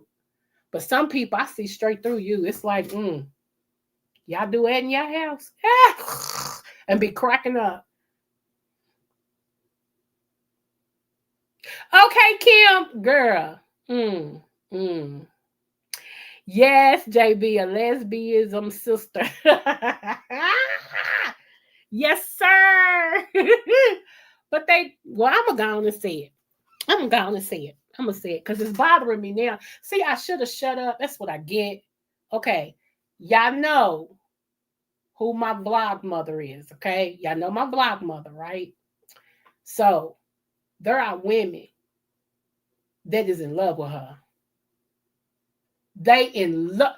No, they don't just like her. No, it's done went far beyond like. They're in love with her.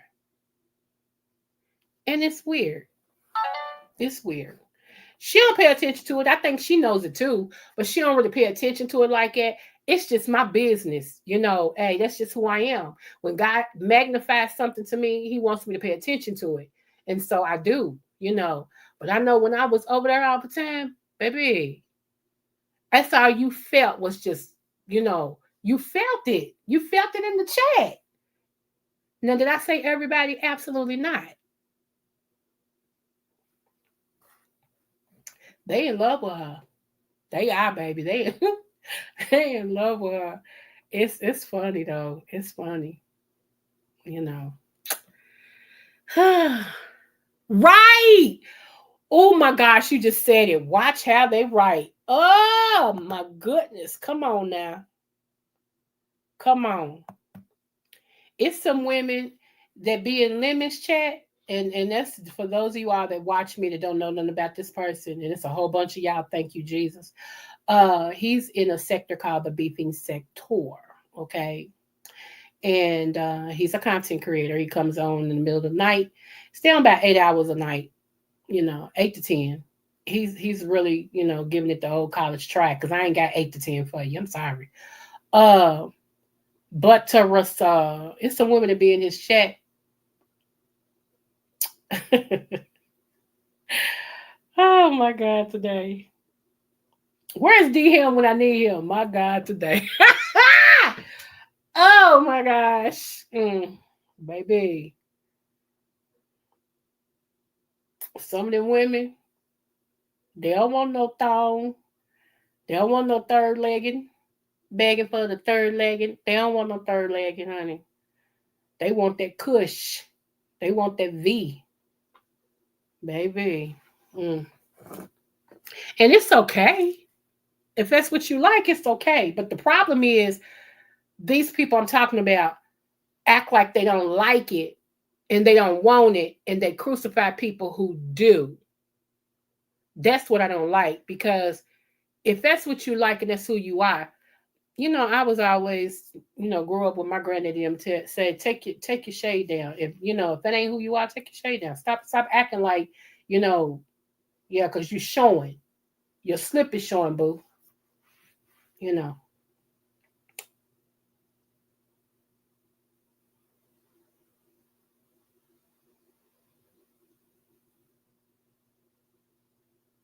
Who are infatuated. Yes. See, I wasn't even gonna say all that, JB. You ain't gonna get me cussed out. I wasn't gonna say all that, but yeah, very much so. Very much so. Trust me, you know, like I said, when I was, always over there and stuff like that, when the Lord told me to cover her, absolutely. I absolutely did. Because, baby, that warfare was great. Do you hear me? That warfare was woo-wee. One, because, she's got something on her life, and, whether people like her or not, if God say she's got something on her life, she got something on her life. How you going to argue with God? And I get a lot of people, like I said, this woman wrote me a whole paragraph talking about how you gonna say she's chosen? How you gonna, cause she is, and God said it, and that seals it. I don't argue about things like that. God said it, it seals it. Point blank, period. It ain't what you think, nobody else think. It ain't what I think. If I thought something, I don't care either way. It ain't me. I just tell the truth and lie not. If the child's chosen, she's chosen.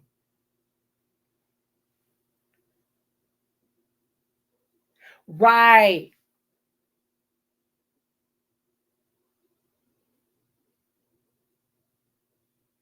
Yep.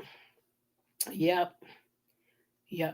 The one thing that I will give her credit for it, when it comes to all of that, I remember one day, in her chat, and I don't want to, I'm a paraphrase because I don't want to put words in the mouth and all this. So I'm paraphrase. She said, God spoke to her. I showed her when it came to that. And she said she don't want it. She said, I don't want it. I told God, mm-mm. She said, I didn't know. She said, I ain't gonna say nothing else, but mm-mm. So it was like, I think he kind of warned her or whatever. I'm just assuming.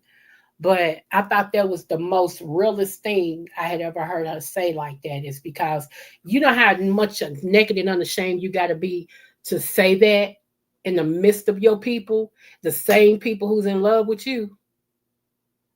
You got to say that you see it, and God showed you, and you don't want it, you don't like that, and whatever. So yeah, I thought that was, I gave her kudos for that. I'm like, see, that's straight up no chase. That's what's up.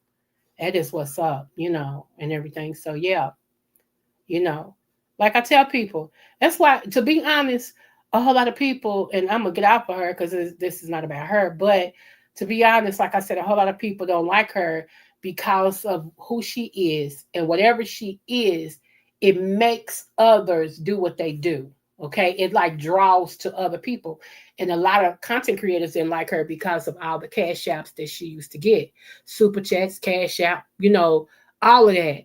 People just, and people didn't like her for that. And I think that's what started the whole give me this, give me that, give me this, give me that, you know, give me this. And she was the one that never had to come on and ask for nothing. She just came on. And people would just be like, doom, doom, doom, doom, doom, doom, doom, doom, doom. Don't hate the player, hate the game. Right. That's true. Now you know beauty's in the eye of the beholder. Don't try to sit up. Right. It's not in. It's not in. Yeah. I'm a different bird. I've always been different. I've always marched to my own drum. I've always been a leader. Ask any of my teachers, ask my family, ask anybody who know me, they'll tell you who.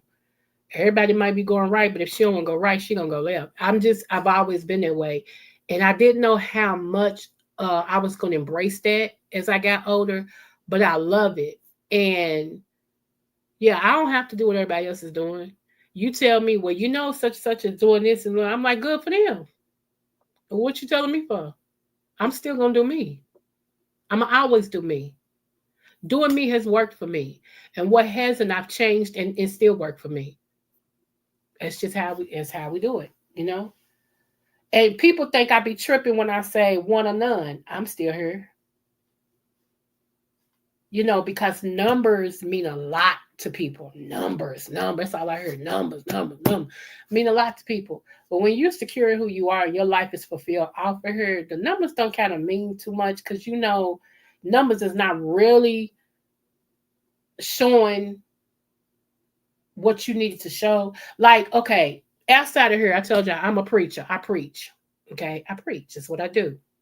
I'm a counselor also, therapist, counselor, whatever you want to say. That's where the doctor came from. Okay, I earned that. I went to school for it. Okay, took my thesis and all that. Got that. Okay, so I have preached to one. I have preached to thousands, and anywhere in between there.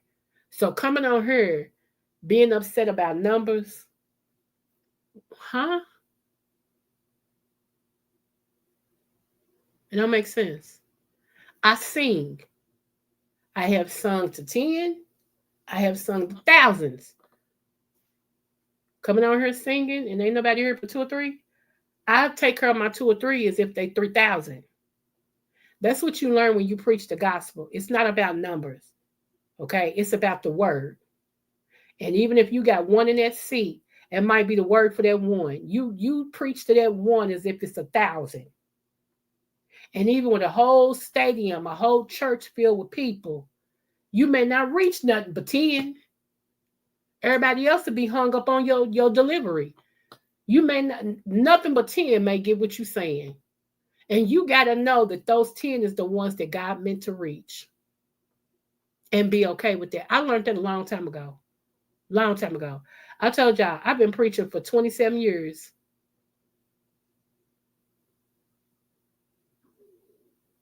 I'll be 55 in a couple of weeks, and I've been preaching for 27 years. I've been singing since I was 4. Y'all make it make sense. So when I say what I say, I'm not trying to be funny. I flip, I slip, or whatever. No, I'm really mean that. My mind is not set up on that. If I got something to say, I'm gonna come on here, turn this computer on, and talk. Whoever's meant to hear it will hear it.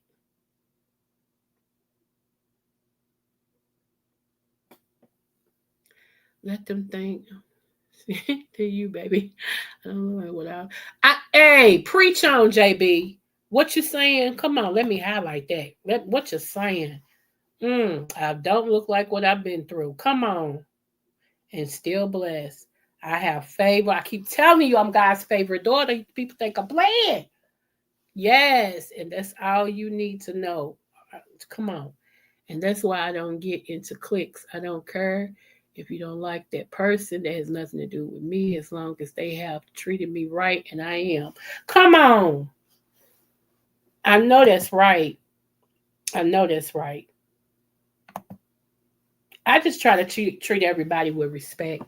I do. And that's why I'm big on respect. I don't like to disrespect nobody and I don't want to be disrespected. You know, I don't like nobody cussing at me. I had to remind somebody the other day, they got to say something to me and they put a cuss word and I said, hold up. Remember who you talking to. Don't cuss at me. Everybody else don't have a problem with that. I do. And you can't tell me how I feel is wrong. It's my feelings. My feelings. Just because you accept it don't mean I should. I don't like disrespect and I don't like to be cussed at. I don't like nobody to call me itch. Come here, itch. No, we don't do that. I have a name. You can call me girl. You can call me Creole. You can call me Coco. You can call me little stuff. You can call me shorty. But don't call me no itch. That's not a term of endearment to me. Maybe to other women it is, but not to me. And if I ask you not to address me like it, don't address me like it. Because if you do, we don't have nothing to say to each other. I'm not going to argue with you. I'm just not going to respond because that's not my name.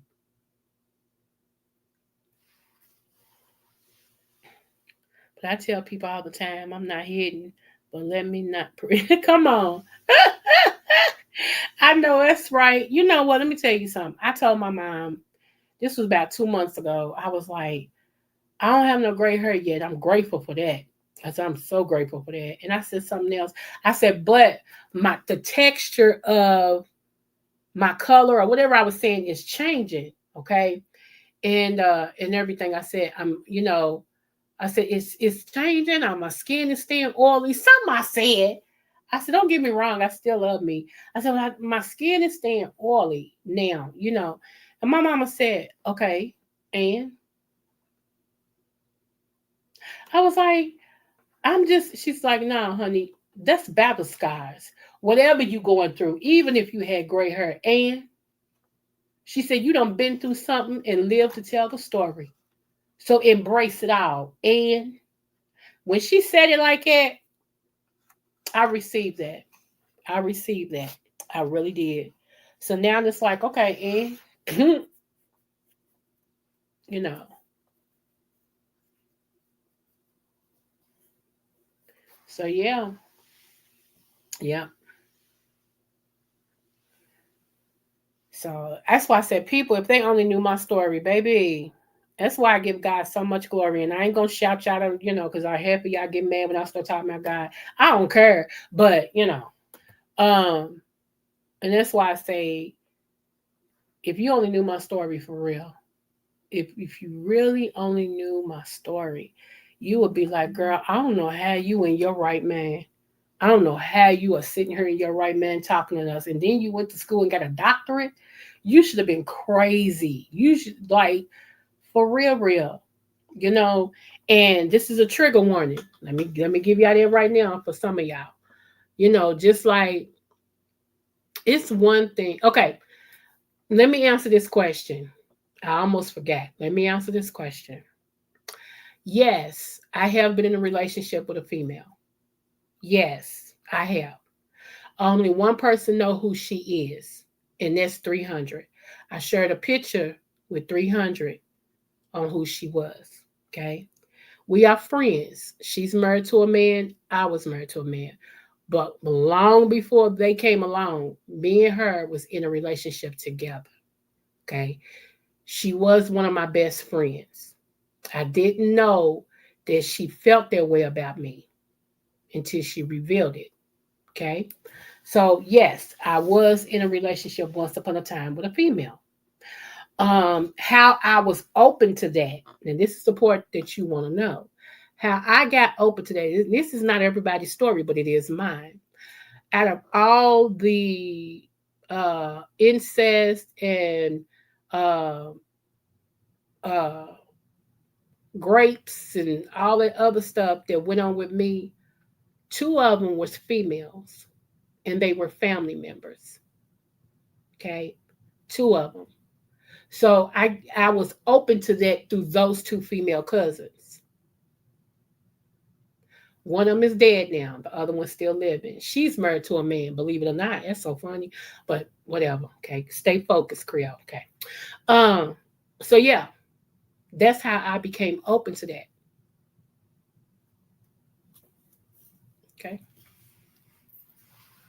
So that's, I could go deeper, but I'm not. I'm not because I don't want to offend nobody and I don't want nobody to feel, like, oh my God, and start bringing trauma up. No. But that opened me up to that. Okay. So it wasn't a foreign concept when my friend approached me and told me how she felt about me. And she had never been with a female, but she wanted to be with me. She wanted us to date. She wanted us to go from being best friends, sort of, because I got one real good best friend since I was 4, and then her. So she, and everything. And, one thing led to another. So we decided to try it. We decided to try it. And outside of me almost killing her, you know, yeah. And so she went to penitentiary, and she wrote me a couple of times from the penitentiary. I let my husband see it, and I never kept anything from my husband. Anything. He knew everything about me. I don't know how people go in these marriages and don't be honest with their mate. I just don't get it, but whatever. Um, so yeah, that's my story. That's my story.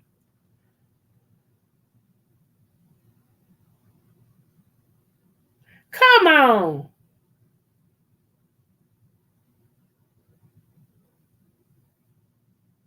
That's what I said about me. I said, shoot, especially when it came to my hair, because that's how I knew how sick I was. I had real long, thick hair.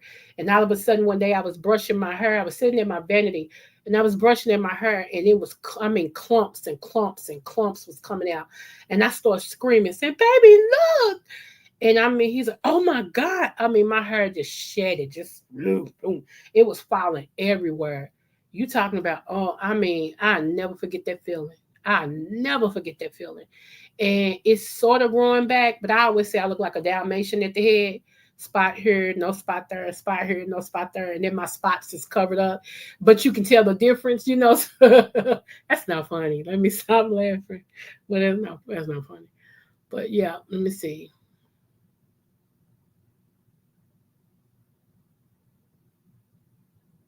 Okay, well, you meet on, honey. You meet on. But I always tell people, this is what I like to tell people. When I tell you, no matter what the test, always do your best. I'm saying it for a reason, okay? Because we all will be tested in this life, okay? Only thing you can do is do your best. If you fail it this time, learn from it, because the next time you're going to go back through it, but it's going to be harder. You don't want to keep taking the same test over and over again, okay? Because every time you got to repeat it, it becomes harder. It's harder and harder and harder. It's best to pass it the first time if you can. If not, dang sure pass it the second time. But like I said, I'm not saying that everybody that goes into, the same sex relationship, that's what happened to them. So that's what, no, I'm not saying that. I'm telling you what happened with me. Okay. What happened with me. And it was that, well, outside of the 2 cousins, it was that girl and that girl only. I realized that I like peen. Okay, peen me, please. Peen me. Peen me. I like peen. Okay. I like peen in the morning. I like peen in the afternoon. And I like peen in the midnight hours. I like peen, I tell you. So, yeah. I'm a peenaholic. Okay. So, yeah. It just. And then women are too emotional.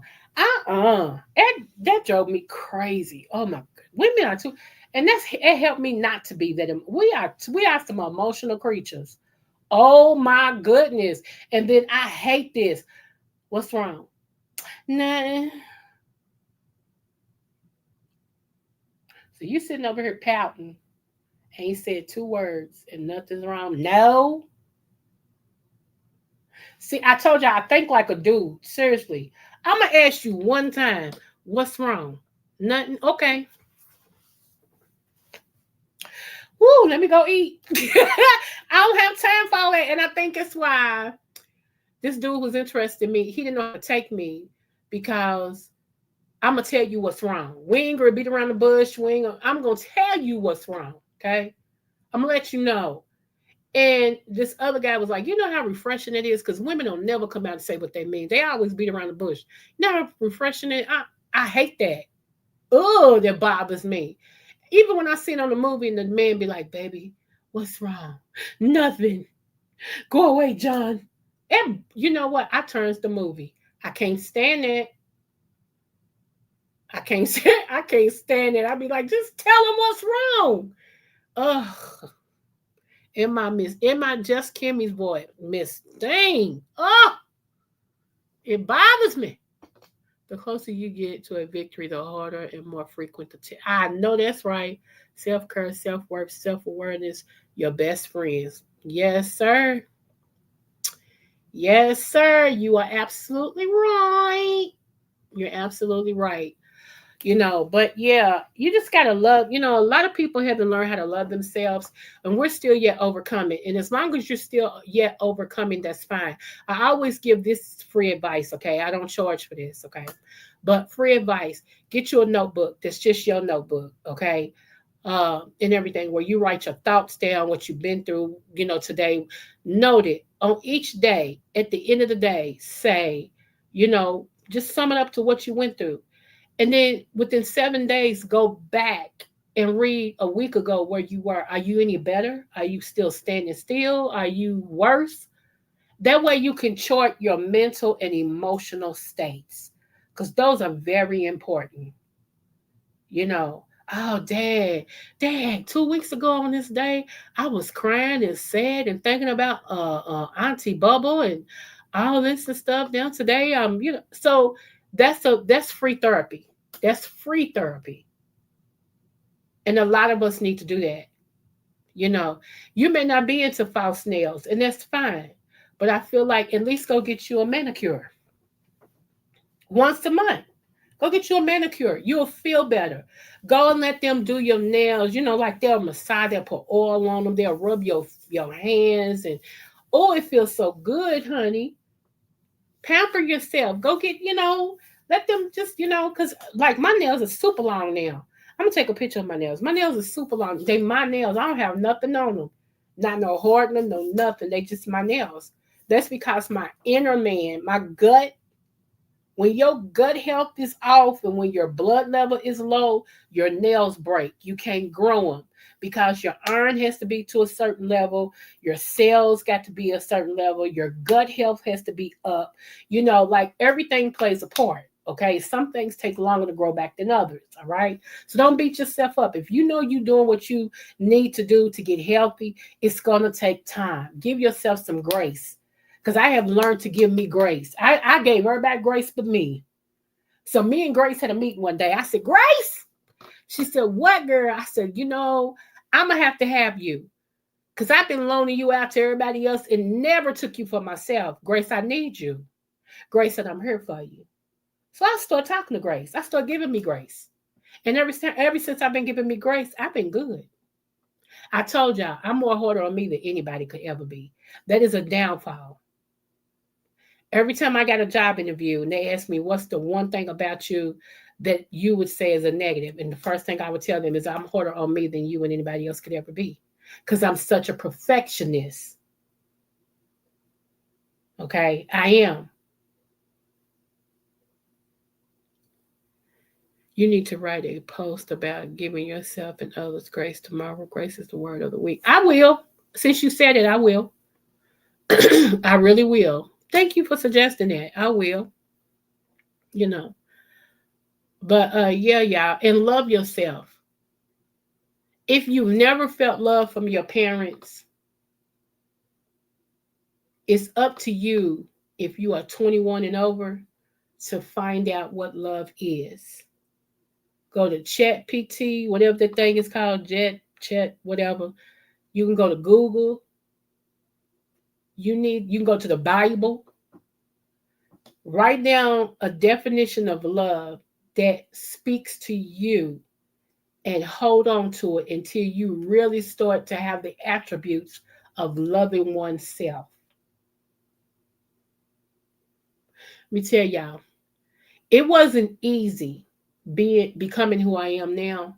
Remember, I had a baby at 15. Let me talk to all of my young girls out there that may be listening. I had a baby at 15. I had her 6 days before my sweet 16 birthday. What a sweet 16 gift, okay? I'm pregnant and girl have a baby. Girl be a mama.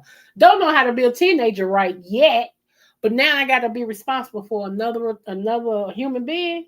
Okay. Now, me and my mama's better now, and I ain't gonna let you talk about my mama, okay? We ain't doing that. But the truth is the light of the world, and my mama knows I'm very truthful. And even when I tell stories that's true, that affects her, she understands it. She don't like it, but what she gonna say? It didn't happen. So I had to stand on my own during my first year of being a mother. I had to stand on my own.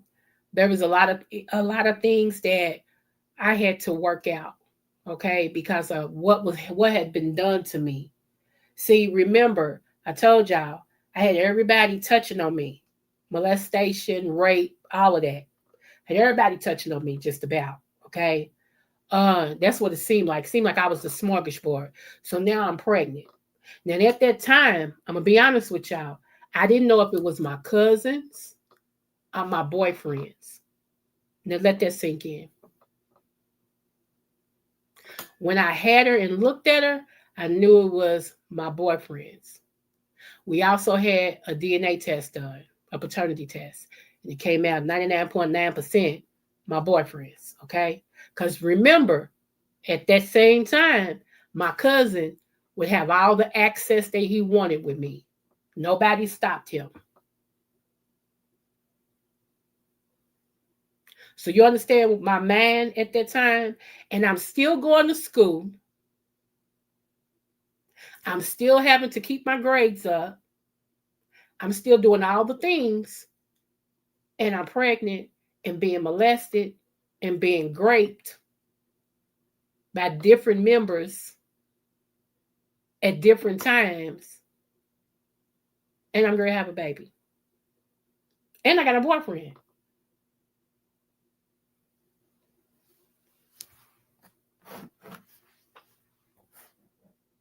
So when I tell you to love yourself, self-esteem is a mother of all mothers. I'm telling you from experience. I had this big old, and I don't know why I'm talking about this right now, but somebody must need to hear this. I'm gonna say this and then I'm gonna go. I had this big old chip on my shoulder. I had ice around me because I felt like everybody who touched me wanted something from me, if you catch my drift. Okay. And so I really wouldn't hug people. I wouldn't let them hug or touch me, you know. And on up until about last month, seriously, every now and then somebody would go to hug me and I would freeze. I noticed me still doing that. And I'm like, I don't like that. I don't like that. Because that's still residue of a childhood trauma. I don't like that. That's got to go. That's got to go. But I acknowledged it. That's my point. I didn't sweep it under the rug. I didn't, oh, no. I acknowledged it. So now I know and I'll be more aware of it and I can do something about it.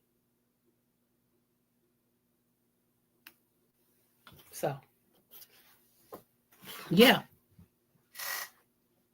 What I did know, though, I will say this. I always tell y'all to shake your family tree and see what nut comes out. And that's the truth. Shake your family tree, see what nut comes out. What I mean by that is it's a whole lot of things that generational is kept quiet that you really need to know. Okay, you really, really need to know. And so what I did know that is on my dad's side of the family that grape and incest is one of the top tiers that goes on this side of the family. There's a whole lot of first cousins that's done had babies by each other. And supposedly it was keep the bloodline pure. Okay. Supposedly. Those that, like I said, still on the reservation, still down there in the whatever, and they, just, I ain't know nothing about all that. I was different. However, the curse still happened because I didn't know about it to break the curse. Okay. But yeah, so like I always tell people, when God got something for you, hey Catherine, you back, boo? When God got something for you, it may be delayed, but it's never denied. I'm here to bring others out. I'm here as a healer. I'm here as a light. I know why I'm here. I know exactly why I'm here. Okay. I take a lot of hits for other people. The hits I take will kill everybody else. But I take it and it may lay me down for a couple of days, then I'm back up. You got to know who you are. And I'm here for a reason. So a lot of people will never understand me. You're not supposed to. You're not supposed to. Some people always feel like I'm weird, and that's fine because I'm not here for you. See how that works? I'm not here for you. You don't understand me. Great. Now we understand. Move on. Uh, so and to some, I'm too open. I'm too blunt. It keeps me free. It keeps me free. If I can heal you by what I've been through, I tell it all the time. What's the sense of going through something and making it out? Okay, think about that. You went through something and you made it out, but you don't want to tell nobody. Okay, well, but I know my assignment, so you know.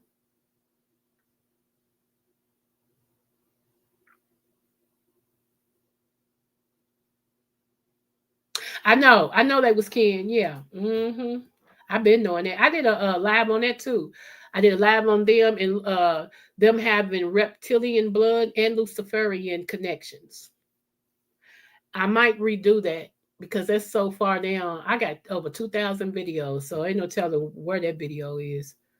So I'm thinking about redoing it again. So yeah, because it's people walking around with reptilian blood. People don't know that, but it is. So yeah. Anyway, I did do the blood twice. I think I even named it the blood. What's in the blood or something like that. It's got a picture. One of them got a picture of the blood on it, and the other one I forgot how I made that. I think with a syringe or something. I'm not sure, but I talk about how the bloods are different, and those with this particular blood is reptilian blood, and those with this particular blood is human blood. hmm Yeah. So we'll be getting back into stuff like that, y'all. And I know I was supposed to talk about the heavens, but when I saw all this going on, especially that old woman, uh, I don't mean old woman in a disrespectful way, but especially that woman, 82-year-old woman that lost her life, it just did something to me, guys. It just really did. So,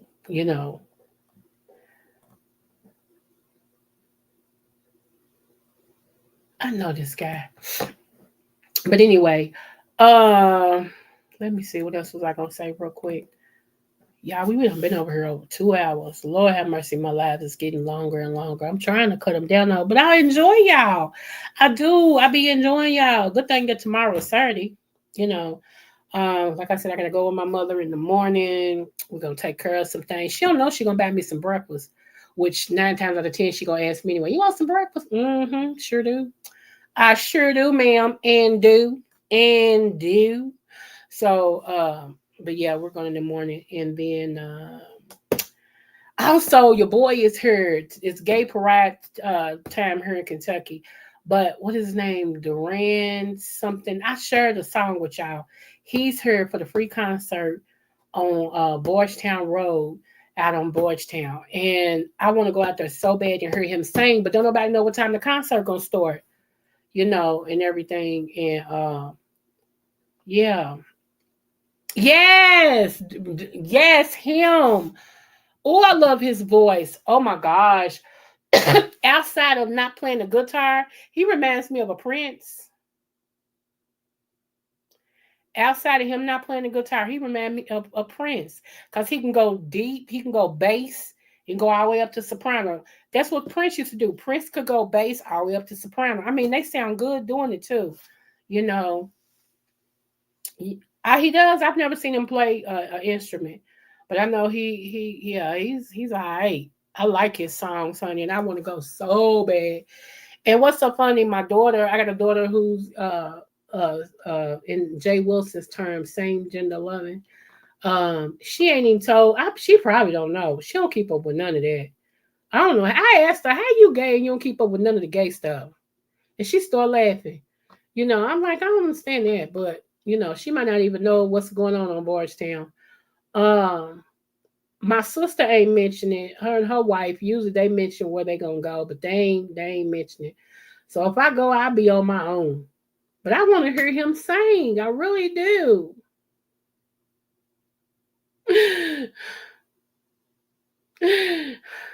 Okay, I'm back. I'm good. Let me see. His father is in music. He's a sound person and musical director. His mom, a musical teacher.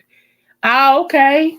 Okay, that's what's up. And then I know y'all been hearing me shout out Lady Nika lately. Y'all don't know Lady Nika's been listening to me. She and I thank her for her support. But me and Lady Nika love some Gladys Knight. Okay. And so every time I think about Gladys Knight, I do something with Gladys Knight, I think about Lady Nika. So let me tell Lady Nika, girl, in November, Gladys Knight is coming here for a concert, Lady Nika. I gotta have my face in the place, okay? My face got to be in the place because the girl's coming for a concert.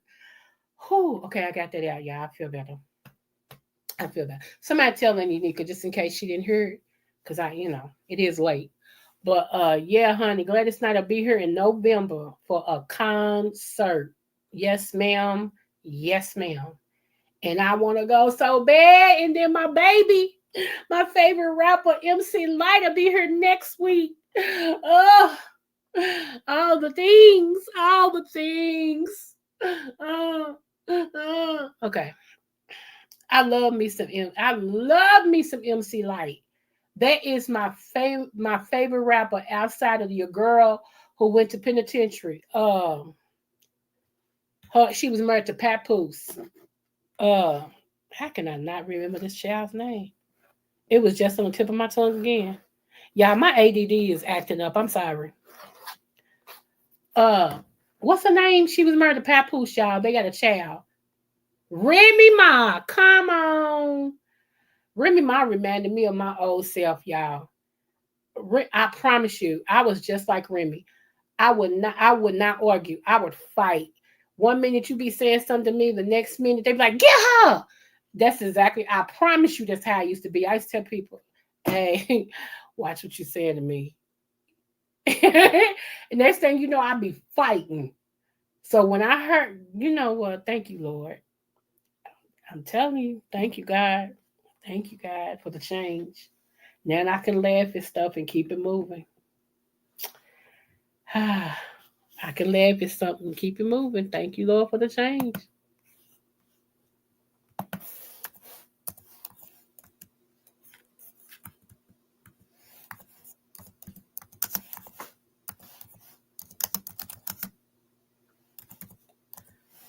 Hold on, let me read what y'all saying. I hate little Boosie girl go penitentiary. Really, girl? I'll be at another port of Kentucky. It's a port of Kentucky that's 2 hours away from where I live. It's a Bucky's there, and me and one of my friends and a couple more women, we all take it to Buc-ee's. I can't wait because honey, I'm gonna try Bucky's. Uh, what they call it? Not rib tips, but they call it something. And they said it's brisket. They said Bucky's got some good brisket. I love Bucky's. I'm gonna go for the experience again, of course. But I'm going to stack up on 5 packs of candied pecans. I love candied pecans. And don't nobody have them here in the city where I live in. So I'm gonna give me about 5 packs, at Bucky's, and I'm gonna bring them home, and I'm gonna eat a pack a week. It'll carry me over. Then I might try to hit the road again before it gets too bad, and go back to Bucky's and get some more. We'll see. Shoot.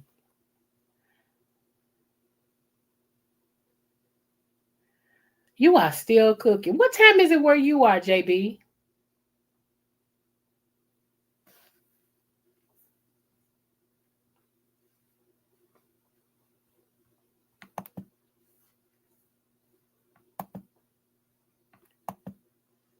You're Eastern, okay.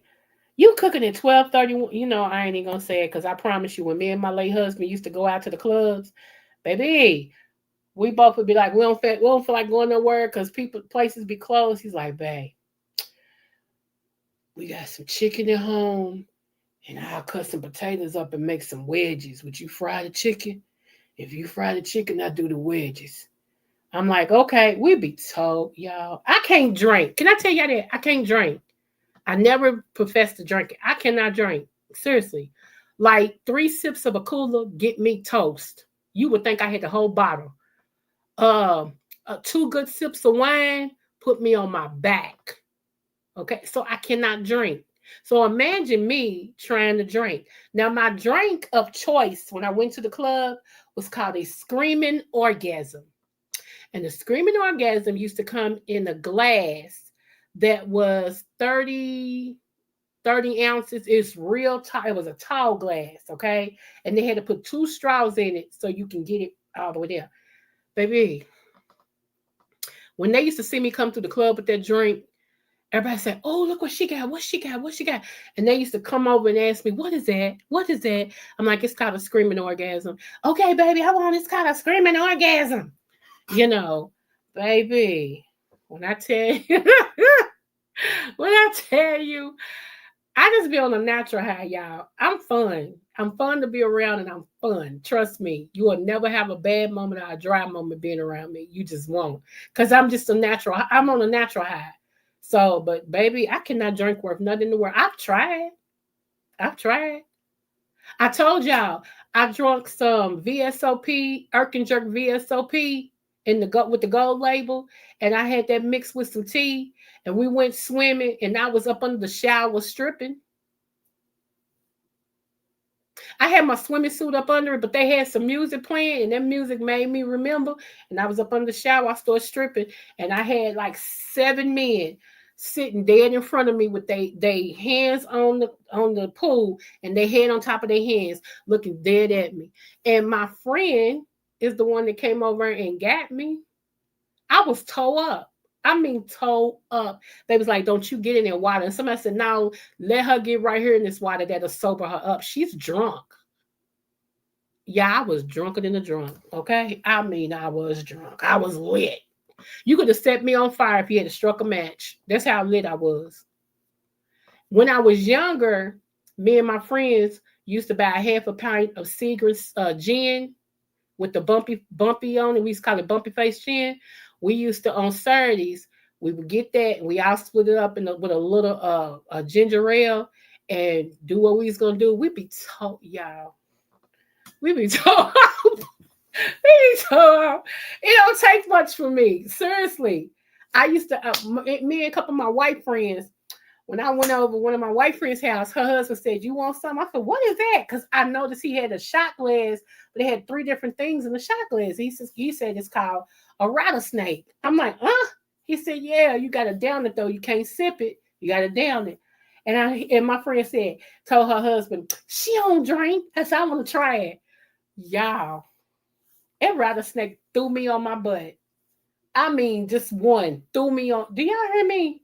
I'm like, so I've had a life, y'all. Don't think I'm this prude. I just have graduated. The things I used to do, I don't do no more. Okay, I don't need to do no more. Trust me, I did it enough when I did it. I don't need to do it no more. Trust me.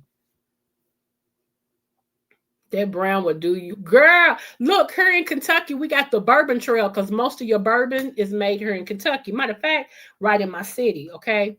But we have the bourbon trail here. And you pay one price and it takes you through the bourbon house, how they make it. You get to test it. You know, all the things, girl. And I've never took the tour because I don't drink, but I want to go.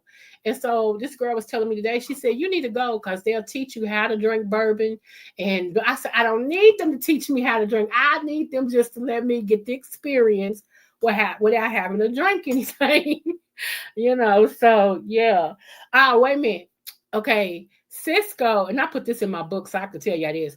You remember Cisco's? Y'all, one night we was in the port. Everybody was coupled up, okay? I had drunk a Cisco, me and my fella, and everybody else was drinking something else, and somebody else had a MD 2020. Okay, I'm really aging myself, okay? But I had a Cisco, boy. I ain't gonna tell y'all what happened on top of the picnic table, but y'all can imagine, right? Okay, we all adults in here, right? We over 18. Okay, yeah. All in the port. just out in the park. I've had some experiences in my life. I've lived a little, okay? I've lived a little, so it was oh God. It was messed up, y'all. It was messed up. I'm like, my God. Uh, I don't know, never that. Nah, baby. But I was a daredevil. Like anything I wanted to do, I did. I don't care how you look at it. If I wanted to do it, I did it. Case in point, the picnic table. Okay. I was feeling it. He was feeling it. We got to kissing. He got to talking that stuff. I got to listening to the talk. And, don't threaten me with a good time. He was like, man, if it wasn't for us being this park, I said, you letting the park stop you, baby? Oh. He's like, you ain't said nothing but a word, baby. Baby. And it's so funny because I still had to go back over to their park. Like, as a grown woman, with kids, my sons was playing, little league football, and they would have to go over on some Saturdays and have their game, and their picnic table was sit right there. So my man automatically be like, dang, just if the table could talk, But yeah, it tripped me out. I told my husband that one day. He said, that's a shame. I said, you ain't say. He said, that's right. Let me shut up. Okay. Shut up. Shut on up. That's why I don't know how people have mates, husbands or wives, and they only enjoy each other like that. I don't get it. You can be as freaky as you want. You can be whatever. But you know what? I do know this. Some people did not marry their same sex partner. They didn't marry their same sex partner. And that's where the issue lies. That's where the issue lies. They didn't marry their same equal in the sex. They didn't. It's a whole lot of men that talk to me about things. I know some things. I don't reveal it because it ain't none of my business, okay?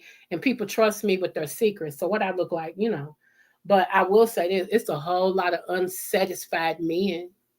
So if wives knew that a lot of their husbands is not satisfied, I don't know what they would do. They would probably commit Harry Carey. But yeah, it's a whole lot of men that just say, they be like, her head is subpar, she cut me with her teeth a couple times. I'm like, that's all right, don't, I'm like, oh my God. Oh my God. That's not funny. I'm sorry, y'all. So yeah, it's weird. It's just weird. Like this one man, I will say this one man, his gripe was his wife always put her mother before him. And women, you can't do that when you get married. You just can't do that. Your husband is supposed to be before everybody, even your kids. And a lot of women don't like it. And that's why you shouldn't get married, because your husband is first and everybody else is after your husband. The only thing that's before your husband is God. And God is before him. So it's God, then your husband, then you, then the kids, and whoever else, okay? And a lot of women don't understand that. Now my kids come first. Then you don't need to be married because you out of order. You out of order. Okay? So, it just is.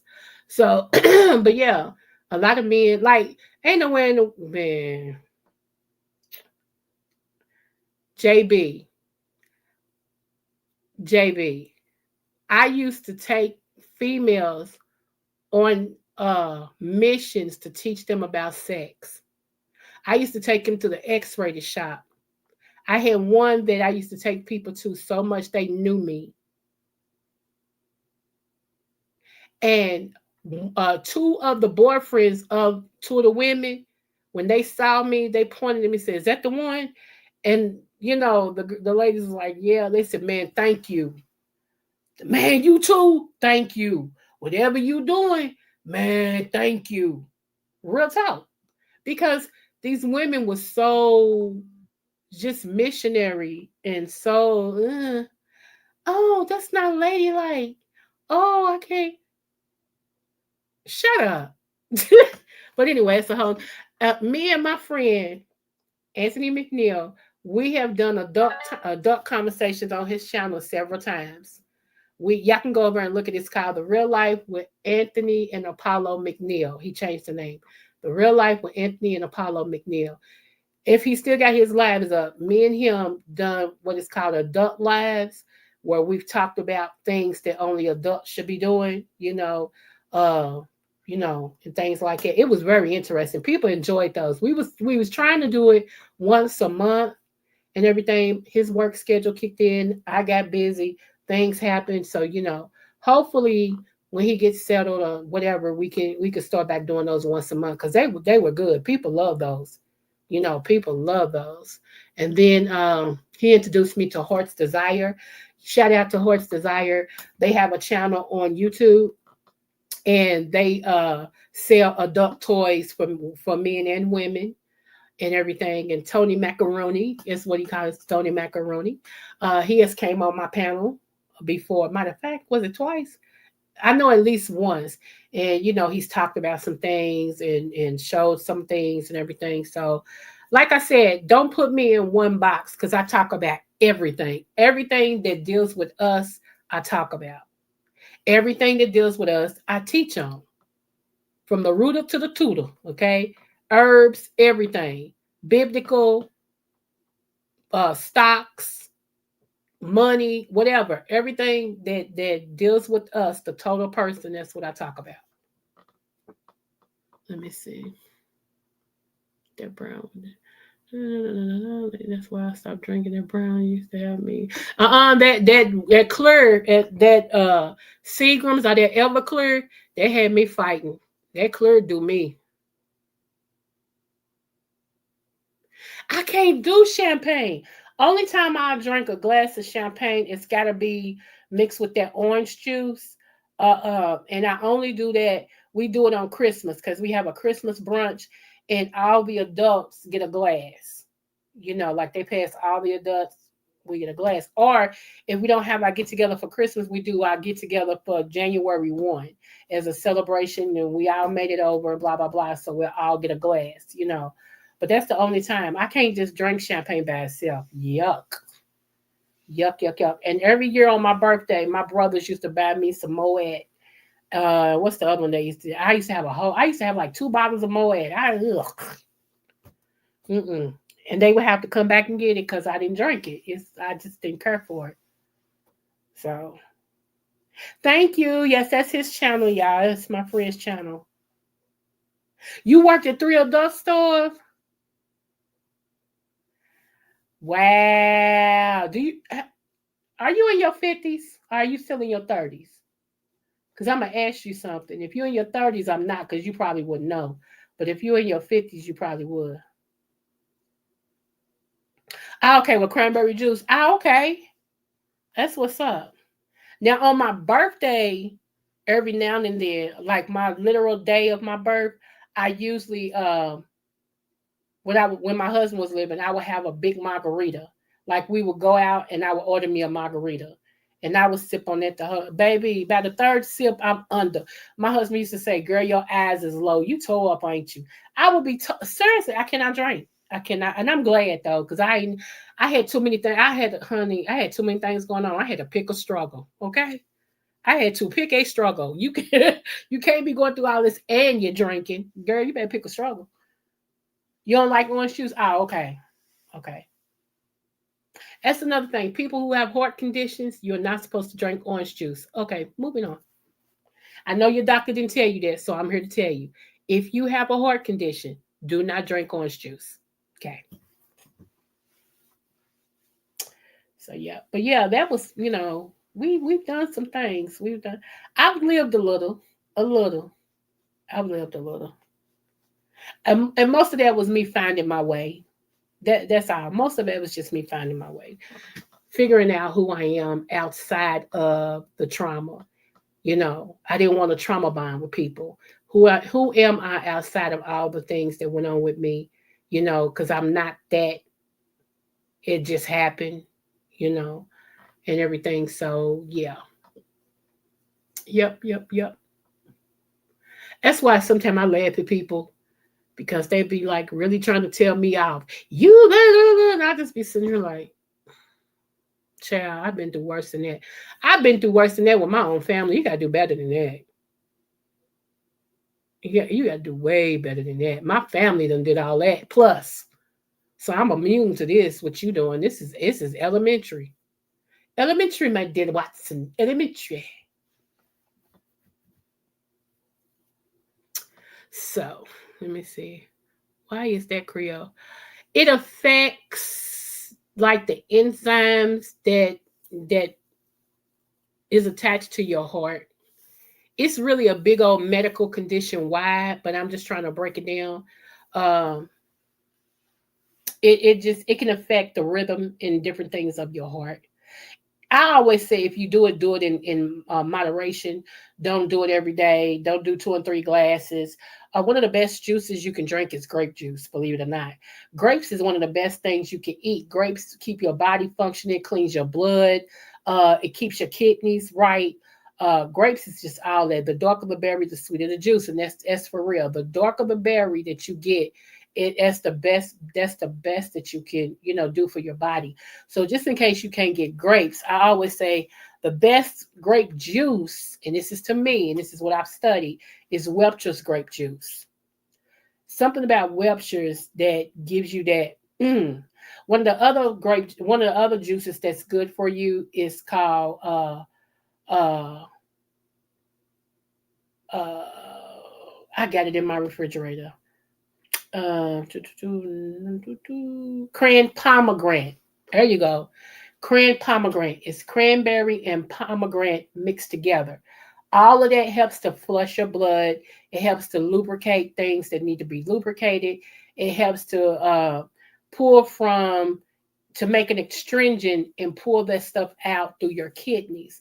And it helps to replenish your kidneys. It has to helps to make them pump to do what they don't have to work so hard to break down everything else. So cran pomegranate is one of the best juice you could ever drink. And it tastes good, but it's one of the best juices you could ever drink. So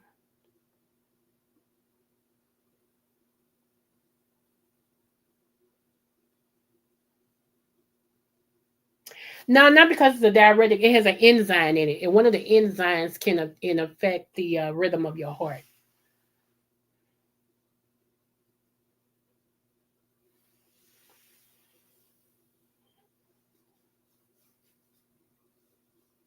Yeah, Creole. What were the items you told your friend about for liver health? It was 3 of them, if I remember correctly. Girl, you want me to tell you that now? Let me see. Milk thistle is one. Okay, milk thistle is one, and let me see. I know I won't get all 3 of them, but I know milk thistle is one. But I think I got the other one pulled up. Hold on, because I just gave this to my mama today. Give me one moment. Let's see. Milk thistle or holy thistle. To me, it's the same thing.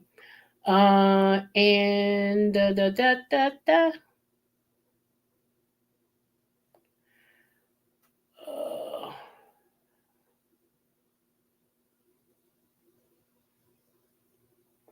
burdock root, and I have to get you the other one later.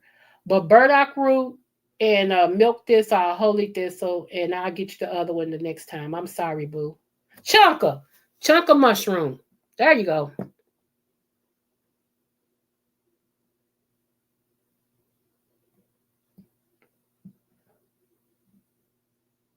Woo, child.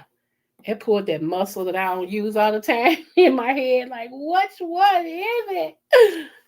Yeah.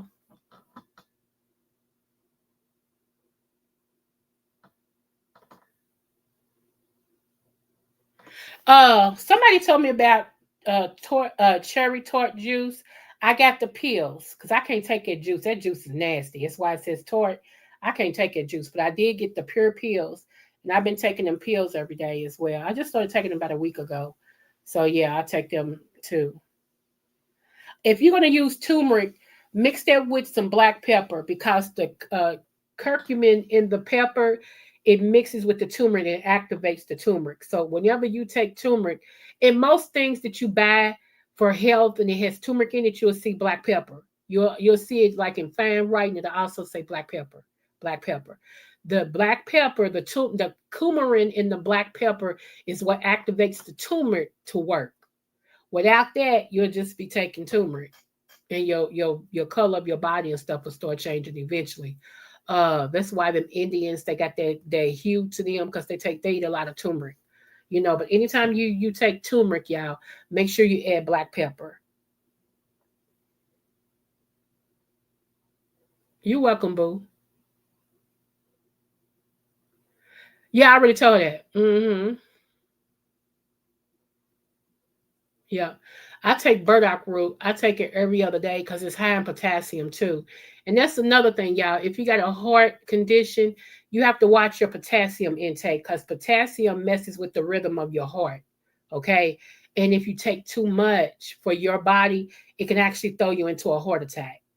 So you got to watch it. Okay. You got to read everything that says potassium in it.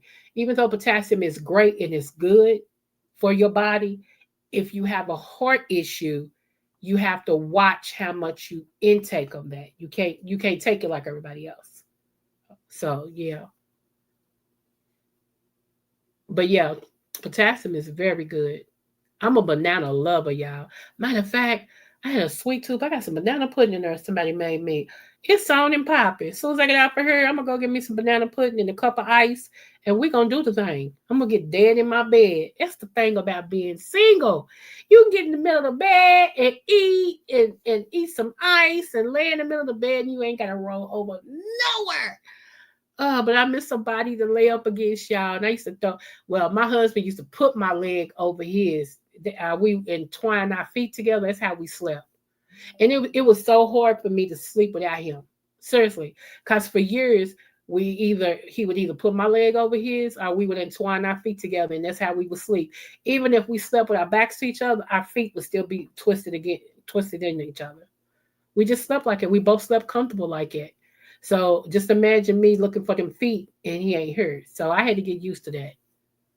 I did. I had to get used to that. Okay. They really are. Bananas are thunder. That's my love. And they be telling me, because y'all know I'm coming out of my heart situation. My heart is, healing. Thank God. We give God the glory. And so they keep telling me, you still got to watch your potassium. I'm like, I know. I'm borderline right now. That's that banana I ate yesterday. It put me on the scale. I'm good. I won't eat one today. And they just laugh at me because I know my body. So I tells them what I'm doing. I don't tell them everything, but I tells them, they kind of like, so what herb are you doing now? Because this looks good and this looks good. I'm like, I started a new one. I won't tell you yet. So yeah, I'll be telling them what I'm doing.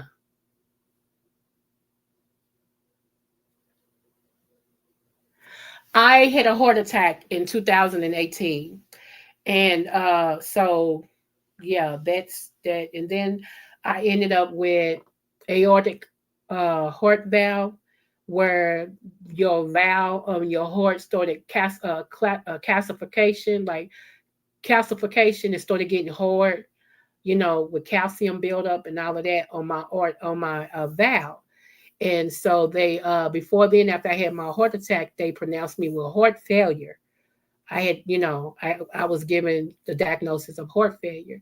And so, and I said to them, and I quote, can this be reversed? And they told me, no, once you go into heart failure, it can never be reversed.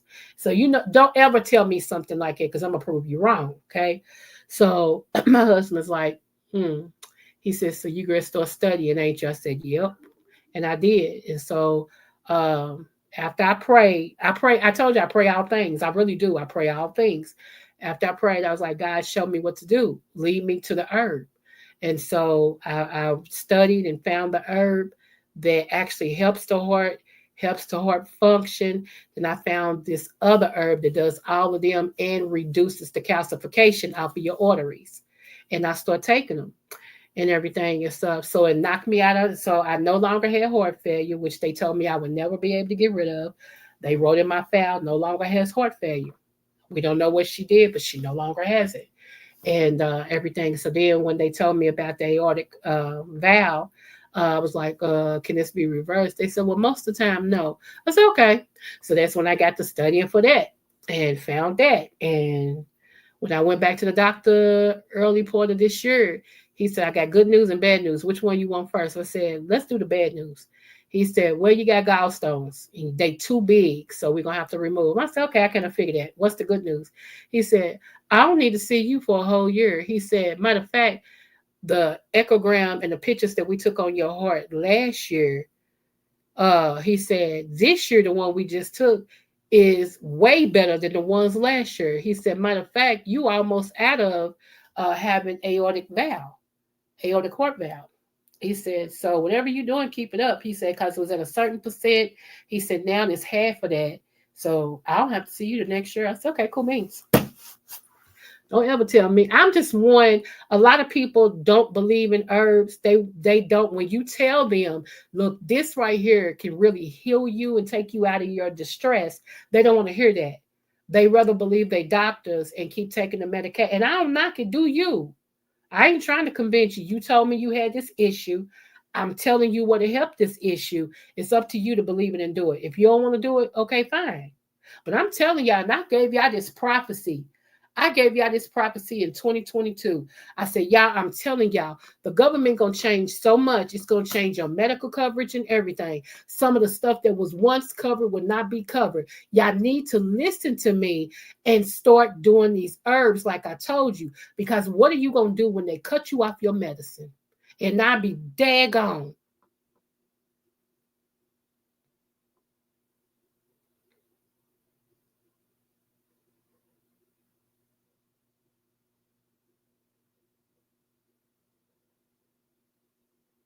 Banana soy used to give me gas, probably. I used to be diabetic, get my A1 down. I'm no longer diabetic. You better go, girl. People don't know that diabetes. Wait a minute, lady. I'm gonna tell you. People don't know diabetes can be reversed. Type 2. The medical field makes you feel like once you on insulin, that's it. That's it. You're gonna be on insulin for the rest. That's not true. All you gotta do is give your pancreas a break. How do you give your pancreas a break? If you go on, and this is what people don't like to hear, if you go on an all fruit diet for 72 hours, your pancreas will recalculate and get back in line. It'll go from being not working to at least 50%, which will start taking your numbers down too. What you do when you're trying to come out of all of that, you got to bypass your pancreas. That's what it is. It's your pancreas has been overworked, overloaded, and everything. So it's what it turns you into a diabetic. And the best thing to do is go on a juice diet or all fruit diet, especially all of your berries. Your berries, your melons first, then your berries. Then you can mix them. One day do all melons. One day do all berries. The next day do melons and berries. You will feel a difference within yourself. And let me tell y'all, fruit sugar and glucose sugar, the fructose sugar, that sugar is different. It's not the same sugar. Stop listening to people that tell y'all that. Oh no, sugar. No, it's not. No, it's not.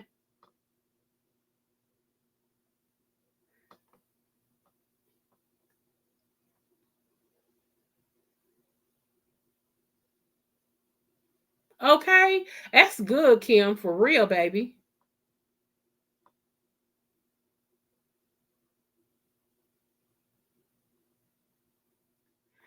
And see, I tell people, don't do that.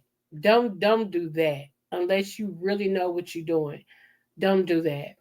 Because like everything, you got to know what works for your body. That's why I tell people to trial and error, trial and error. Because what working for me, you may need more or less. You know what I'm saying? Like it's trial and error. You really got to go to someone who knows exactly what they're doing. Most good herbal people like myself, okay, will tell you get your blood work and get your test and stuff, and let them tell you what's wrong with you, and then we can start going backwards. We can take one thing at a time. And I wouldn't tell you to stop it. I would tell you to take this. When you don't take that, and see if it'll start winging you off of your medicine. Because what'll happen is your doctor start saying, "Dang, you don't need this no more. We're gonna cut you down on this." You know what I'm saying? So yeah. One thing everybody should be taking, especially black people, spirulina. I did a whole video on that. Your body cannot go without spirulina. If and especially with all this XBB back out and stuff, y'all need spirulina. Get you some spirulina. I would say get the powder, even though it's nasty, mix it with some juice. Take you some spirulina. Okay.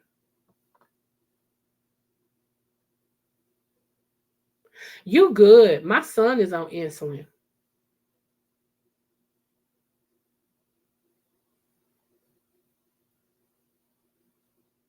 Okay.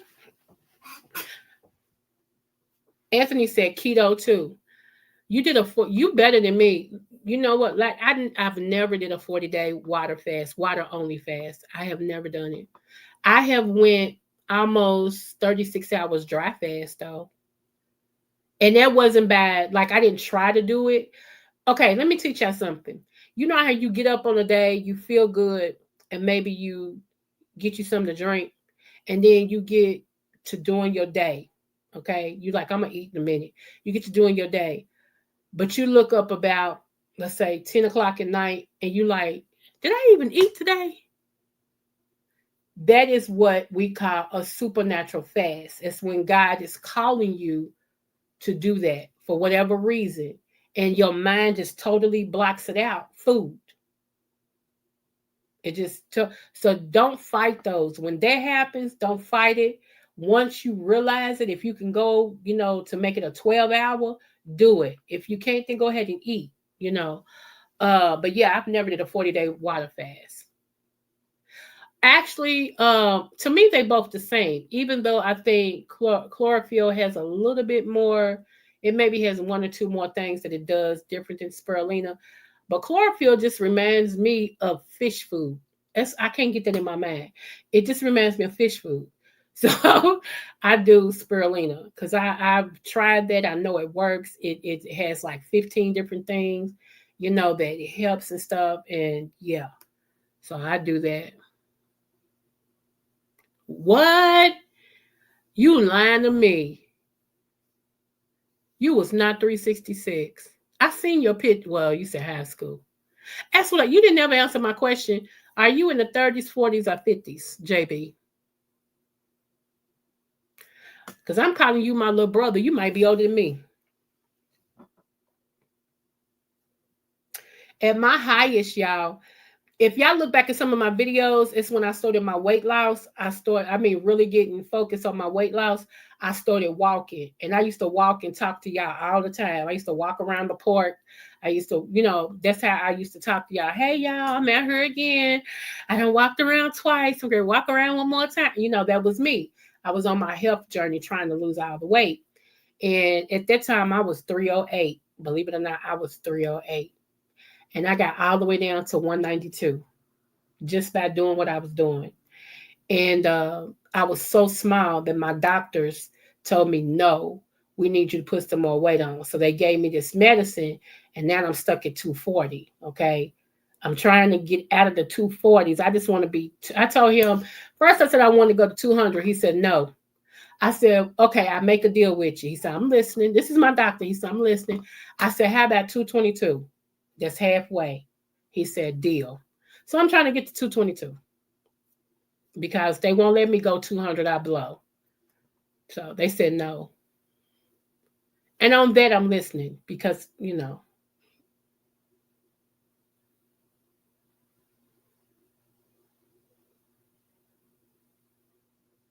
okay, you'll be 45 this year. Okay. I'm middle-aged black man. Okay. So yeah, I'm 10. I got you about 10 years. Girl, yeah, remind me of fish food. Like the little goldfish come up and get that little food you drop in. It remind me of fish food. I'm like, no, no, no. No, no, no, no, no. Mm-mm. But see, next year, I want to be in a two-piece. See, I had got in a two-piece. Okay, because I got down to 192. she was doing it. Okay, she was doing it. Okay. And then when they told me, no, we're gonna give you this medicine to put some more weight back up on you, yeah, my weight came back in the wrong spots. Okay, I still look good though. Don't get it twisted. But Teresa, I'm like, dang, and see my little sister. I'm gonna show y'all a picture of my little sister. I'm gonna show y'all a picture of her. Because my little sister did the dang thing. Hold on.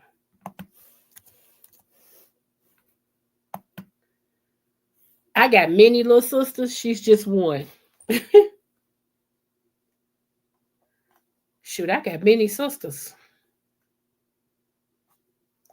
Hold on.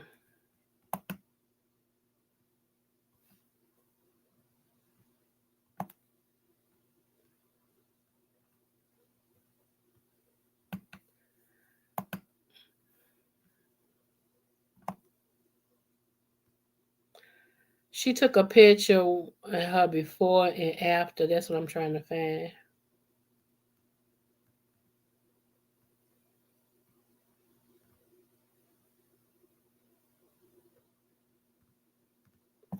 Because we both was on a weight loss journey and everything. And I was so proud of her and she was so proud of me. So we was like, go sissy, go sissy. And it's not that we fat. That's the thing. Like we stocky and our curves is deep. If you understand what I'm saying. Our curves is deep. So let me see. I'm just gonna pull this picture up. Give me one moment.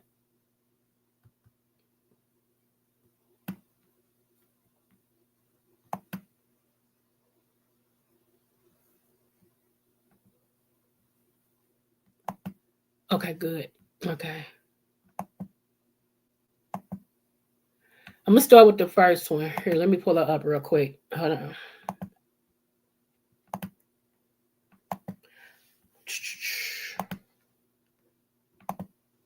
Let me make sure y'all can see this real quick.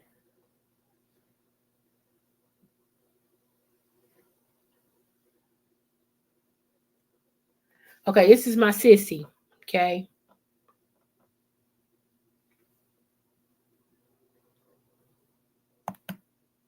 That's her now.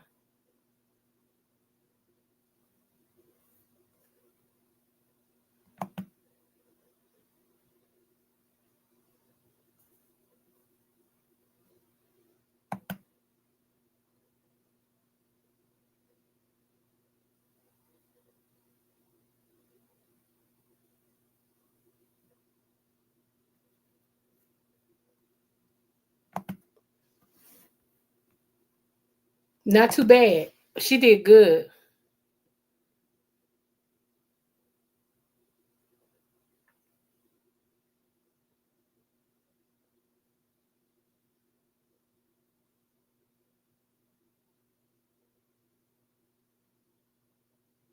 I hear you, Catherine. Sure. Yeah. Oh yeah, she's a die baby. She's a die baby. Yeah. But we booty heavy, we thigh heavy, we breast heavy, and our stress spots is in our stomach. And that's as just is what it is. Our stress spots is in our stomach. So, but yeah. So yeah, she relocated too. She moved to took a position up north, making a lot of money. Making a lot of money. That's one thing I could say. My daddy, most of his kids, we're very intelligent and we took after him in some form when it comes to schooling and everything. Because my daddy had 2 doctorates. Matter of fact, he got his last one 2 months before he passed away. He got his last doctorate 2 months before he passed away. So I was trying to be like my daddy because I was a daddy girl. But anybody can do it if you put your mind to it. But I just say make realistic weight loss goals. And, just because, Sister Watermelon, lost 110 pounds in 2 months.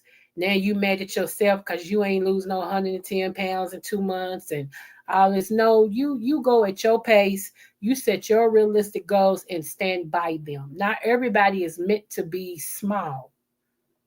Some people are meant to have a little weight on them, okay? But not everybody's meant to be, small. And you got to be okay with that.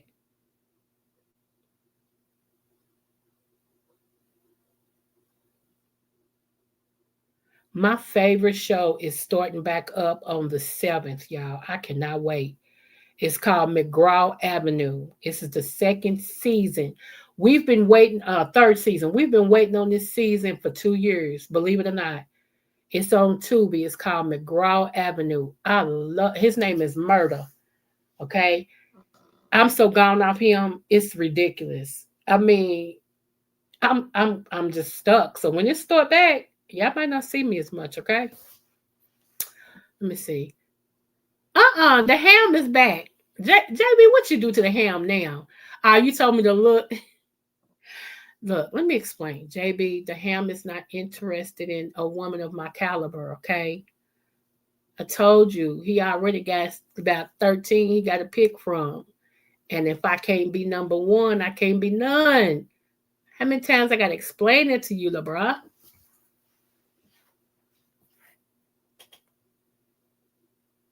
So I made the ham my big brother. He's my big brother. I couldn't even say that with a straight face. That's funny. Huh. And I'm really laughing about it. That's what's so funny. Oh my gosh. Oh my gosh, y'all.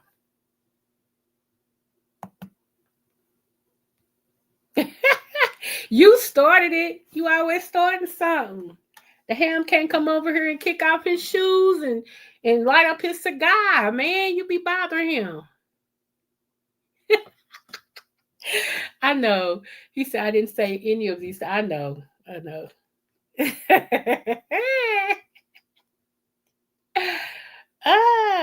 If there was ever a voice, women, hear me, all women, all women. If there was ever a voice of a man you need to hear, the ham is the one you need to hear. Baby, y'all remember back in the late, let's just say 70s, 80s, it was always one musician that could talk. Not only could he sing, but the way he talked would make women go, like, oh my gosh, he's talking to me. That's the ham, okay? He's got a voice that commands attention. That'll make you go, because I had to stop Lolo them one time. I went up on that, ho. Did y'all hear him? That man got a, hey, come back, I need to hear you talk again. I need to hear you talk again, because, hey, I can listen to you. I ain't care what they was talking about. I wanted to hear him talk. Do you hear me? I'm like, shoot, that voice got me, But anyway, I digress. We move on. Let me see. Okay, let me know what you try. My God, today. And he's one of the, you know what though? He's got the best job on here because he reminds me of a DJ. You know how some of them DJs be on the radio in the quiet storm and they be like, ladies, I'm gonna play your friend for you. We're gonna bring on. I want you to sit back and relax. They be talking, you be like, yes, sir, I love the quiet storm because he gonna come on. That's what he remind me of. He remind me of the quiet storm DJ, the one that just,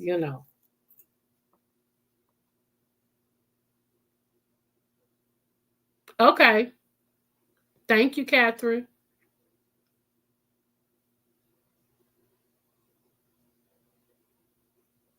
See, you know what, JB? You know what?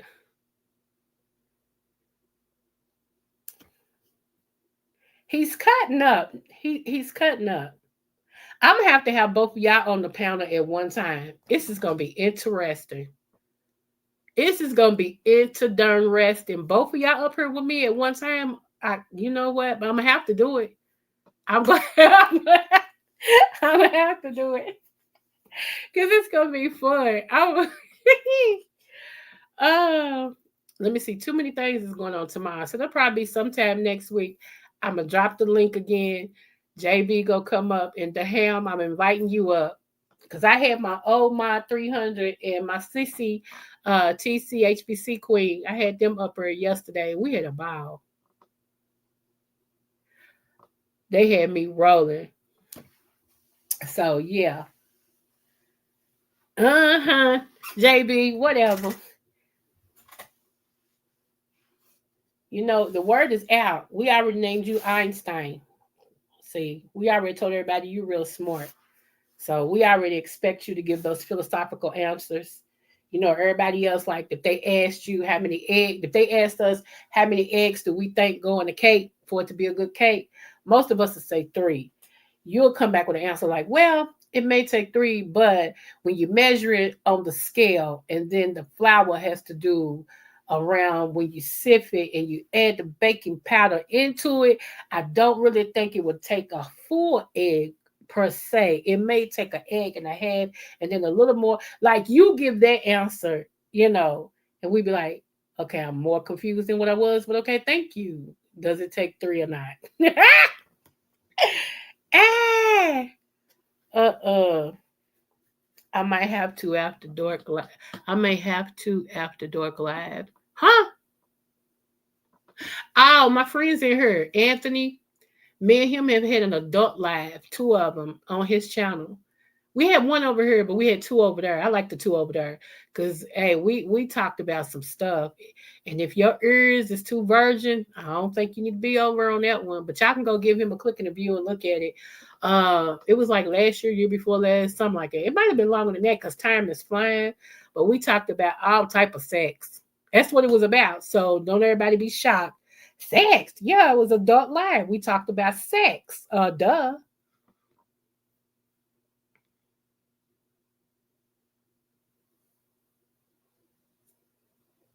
Huh? To do what? I'm gonna say I might have to do after door clap. Oh, okay. Okay, I get it now. I get it. Yeah, I'll be in the sky because mm, I'll be in the sky. Possibly. I won't drop down for that one. I keep telling y'all I'm territorial. I'm very territorial.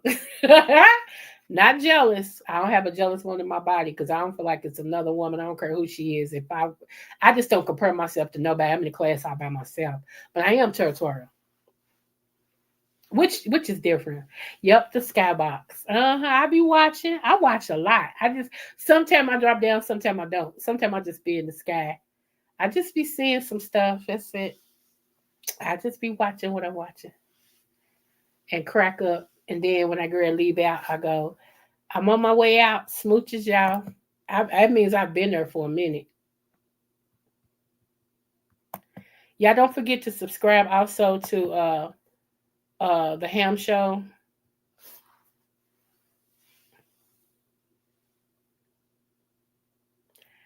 You are silly. You just a DJ. Okay. All right. All right. You have you talked to got in touch with my brother on IG yet, the Ham? Have you got in touch with JB yet? Probably not. It'll probably be what 2027 before. I'm just messing with you.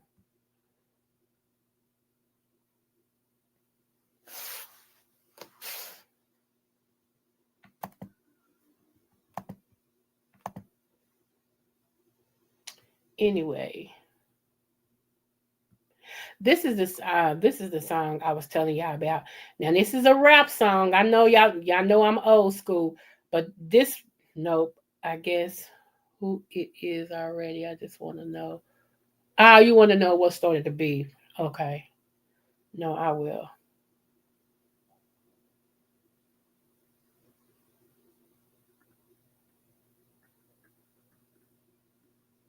Ah, the digs that old dude be throwing. Okay. Yeah. I didn't know you was still though, the ham babes. I'm sorry. I didn't know you was still going through what you was going through when you was going through how you was going through it. What's the IG?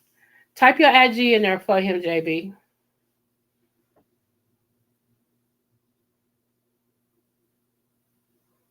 It's been 4 to 5 years. For real, Anthony?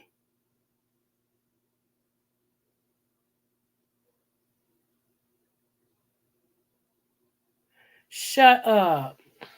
I said time is flying.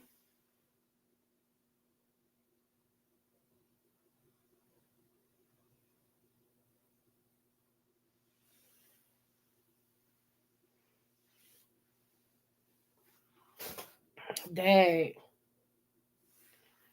But yeah, see, I like talking to men. I do. You know, I really like talking to men more than women. I'm just gonna be honest with y'all. Um, so yeah, when I drop the link and y'all can come up here, Anthony know he's always welcome. That's my friend. So it goes without saying. He can hit that link at any time. All you gotta do is say drop the link. And I'll drop the link. He can hit it at any time. So um, he's got Corblage. He's got a skybox. But yeah, because I like to hear y'all point of view on different questions and stuff. It'd be funny to me. I like to, yeah, JB's a mess. That's all I'm gonna say about that. JB's a mess. He be tripping me out, and I think he asked me questions. he like me to be. He like me to be raw with it. He be asking me some of the questions. I be cracking up in my head before I answer. Like, now why you ask me that? Because I'm gonna tell you. So I don't know why you ask me that. Because I'm gonna tell you exactly. Oh my goodness. Nothing. You didn't do nothing. Look. Yep. Mm.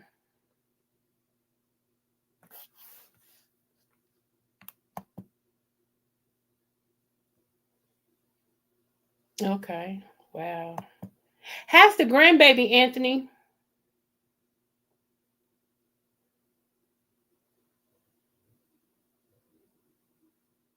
Oh, I thought I was special. Okay. Oh well. Took the fun out of that. Mm. That's a shame. That's a shame. But look, what I was trying to say, I've been trying to do this song for a minute. Y'all, this song right here, I heard this song and it said everything I said that I needed to say to people when they bother me. Okay. Okay, I'm feeling special then. Thank you. Thank you. Ah, okay. Hold on. Let me get back over here. I don't know if y'all ever heard this or not, but this is one of my favorites. You can ask me whatever. I'm gonna tell you the truth. I'm serious. I mean, ain't no. If it's something I want to answer, I just like I don't want to answer that. But it ain't too much I ain't gonna answer, and that's the truth. I think I done told almost everything about me, so it ain't much I ain't gonna answer. You know. I said today I was gonna ask y'all what is one thing that you did that you shouldn't have never done. Like for real, it was like people would consider it something bad. And I'll tell y'all mine. My thing that I did that I probably shouldn't have never did, I know I shouldn't, was accepted a ride from somebody I didn't know. Like me and two of my babies, we was on the bus stop. We weren't the only ones on the bus stop, but we was on the bus stop and I had just my one bus didn't connect to my other bus, correct. So that bus had passed us when we was pulling up. So I had to stay on the bus stop with my two babies. And this man pulled up and was like, "You need a ride?" And everybody looked at me and I looked at him. He said, "I don't bite and I'm not a killer. It's just something want me to ask you if you need a ride." And I said, "Yeah." So I got in the car, put my babies on my lap. Wasn't none of y'all getting in the back and they sat right there on my lap with me. I had my purse tucked, had my knife. Don't think I ain't never without a weapon. I always know that about me. I'm not ever without a weapon. Had my knife ready and willing. And he took me where I needed because I had to take him to a doctor's appointment. That's where we was going. Other than that, I really would. But I don't know, that day I just was like, yeah. And went on and got in the car, So He took me right in front of the doctors and went on. I ain't never seen that man again.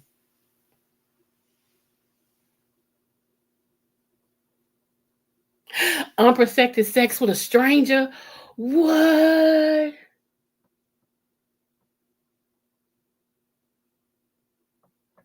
Have I ever did that? 4 months what? King, 4 months what? Have I ever did that? Let me think. I've had a one night stand. I've had a one night stand, but it was with somebody I knew. You know, it was a thing where everybody went out and we all decided to go back to somebody's house, and everybody was still feeling the vibe. They, drinking and partying and all this stuff. The weed was flowing and all of that and all of that. And the house we was at was the dude who liked me and I liked him, but we didn't want nobody to know that. And we had already been talking it, when we all went out to the club. And so he was like, why don't we all go back to my house? And everybody's like, yeah, man, blah, blah, blah, and stuff. And he was like, I'm going to go in here and do whatever. And then, yeah. And he was like, hey, I'm going to talk to her. Don't y'all be meddling, because I don't want to be out here. We be back. I want to talk to her. He's like, yeah, talk what? No, for real, I want to talk to her, blah, blah, blah. So, yeah, one thing led to another. I don't regret that at all. I don't regret that at all. That was one heck of a night. I don't regret that at all. So I feel you. I feel you. I feel you.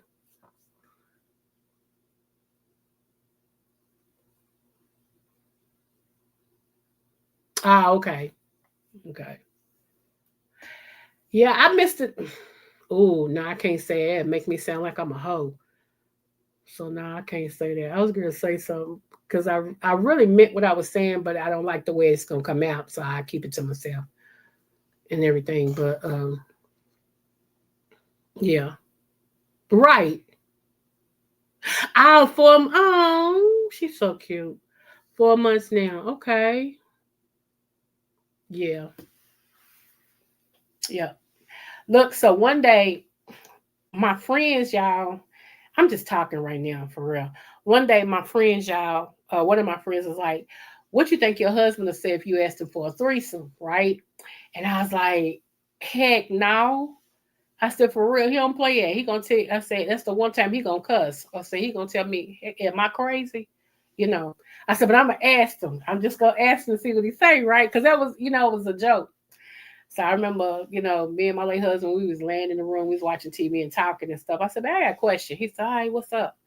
I said, what you think about us doing a threesome? He looked at me. I wish I could have saw it look. And then he sat up and looked at me again. He said, are you crazy? He said, no, seriously, have you lost your I said, babe, it was just a joke. It was just a joke. He just kept looking at me. I said, I promise you it was a joke. It was a joke. I just wanted to see your expression, what you would say. It's a joke. It's a joke. He's like, don't ever ask me like that again. Oh, Lord, I live dangerously. Jesus, fix it. Yeah, but he's like, nah. He was fired up about that. I knew not to ask that again. Mm-mm. You can play with some of the people some of the time, but you can't play with some of the people none of the time. And he's one. Like, So that's another reason why it's a lot of reasons why I called my engagement out with the CEO, but that is a reason why. It's one of the reasons why. It was about five reasons. Mm-hmm. All I know is my new husband is in for something. Bless his heart. Bless his heart and all his parts. My new husband is. I hope he can keep up. That's the only. That's not the only thing, but I think about that, y'all, because what if our staminas is different? You know what I'm saying? Like, what if? Because women, we our stamina, even as we get older, still it kind of gets stronger. Y'all manhood kind of, you know. So I just hope. I hope. I don't think God will bring me nobody that's not my equal or better.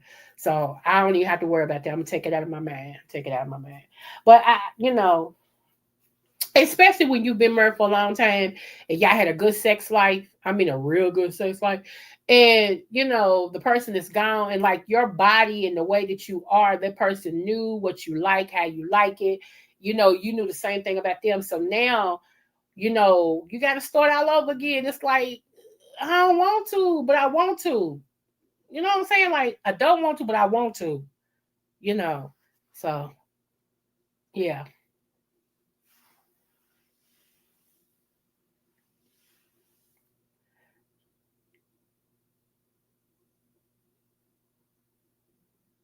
Okay. That's real. That's real talk. That's real talk. I feel you, King. But you got to let it go, babes. I'm going to tell you like I told somebody else. Write whatever you got to, whatever you want to say. Take your time and pour it out on paper. And then read it. If she has a grave site, go to her grave site and read it out loud.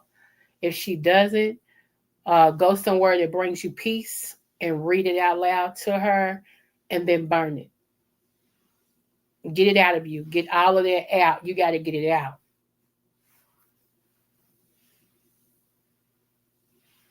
So yeah, I feel you. I feel you on that. That's real talk. Now I said I wanted some of that banana pudding in there. Now y'all got me wanting celery and ranch. Catherine, I blame you. Dang blasted Catherine trying to make me be healthy tonight. I don't want to be healthy tonight. I want to eat bad tonight because I got to be healthy from tomorrow on out. So I think I'm still going to go get me a nice sized bowl of banana pudding and a small cup of ice and find me a good movie.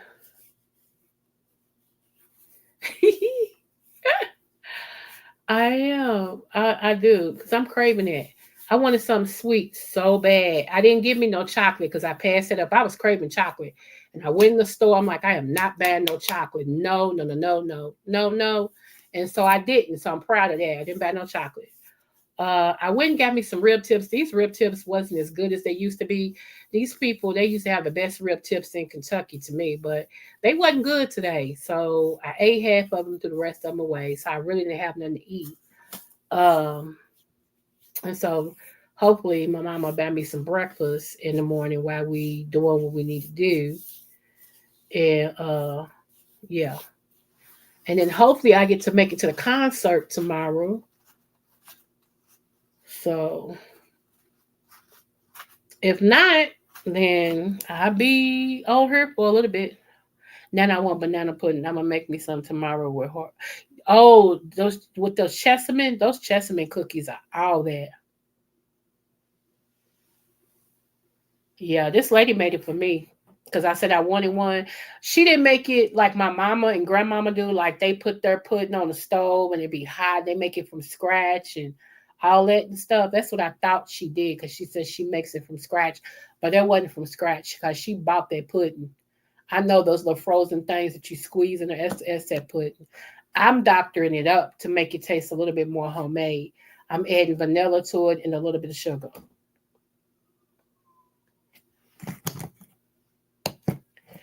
Yep. Yep, Chesterman. I knew what you meant.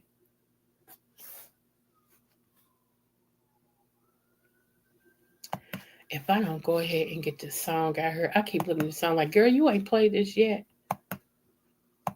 Listen to the beat too. I like the beat too. But listen to the words. Cause who was that? One of my family members, I said, watch what you say to me. And that's my key phrase. I tell everybody, you better watch how you talk to me. Watch what you say to me. You can't say no anything to me. I'm sorry.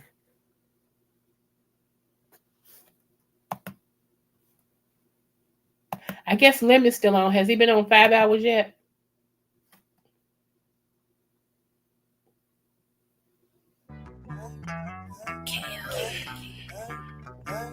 What would you say to me? You better watch what you say to me. What would you say to me? You say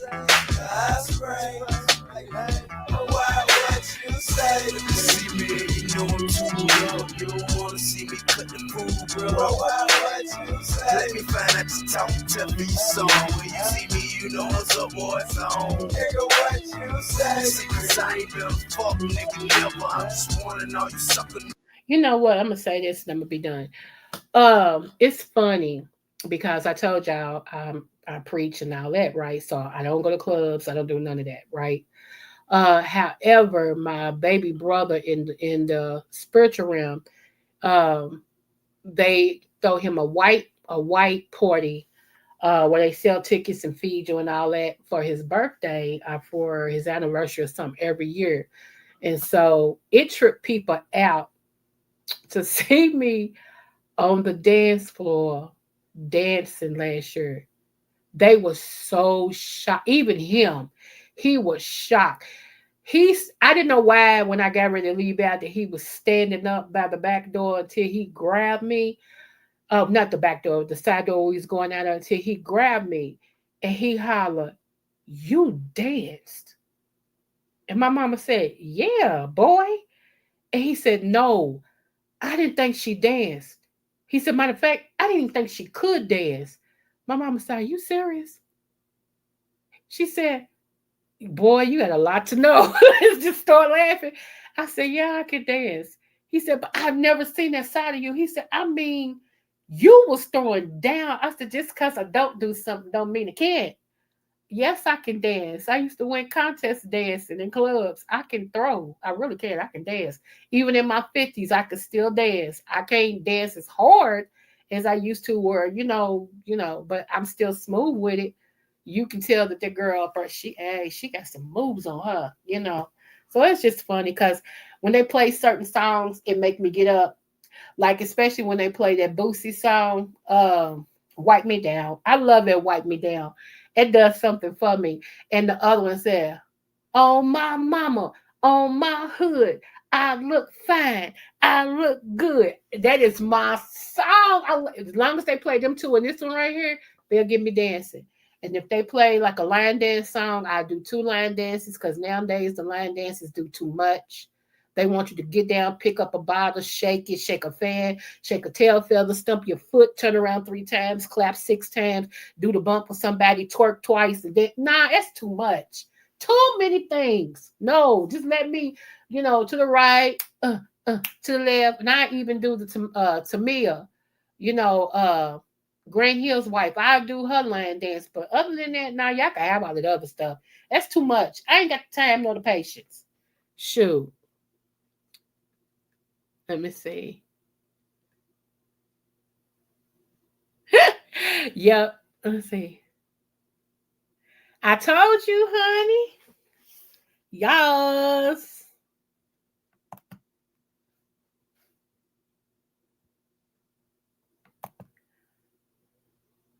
Uh, uh, uh, uh. Sierra. Oh, how old is Sierra? I know I'm older than Sierra.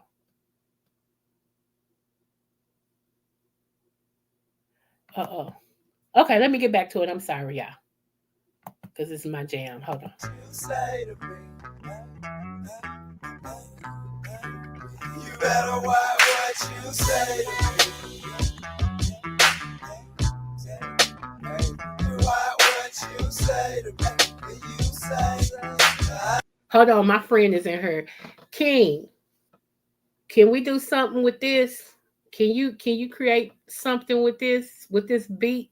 You know how we do it. You know how we do it. So I know you'll respond when you can because you're at work.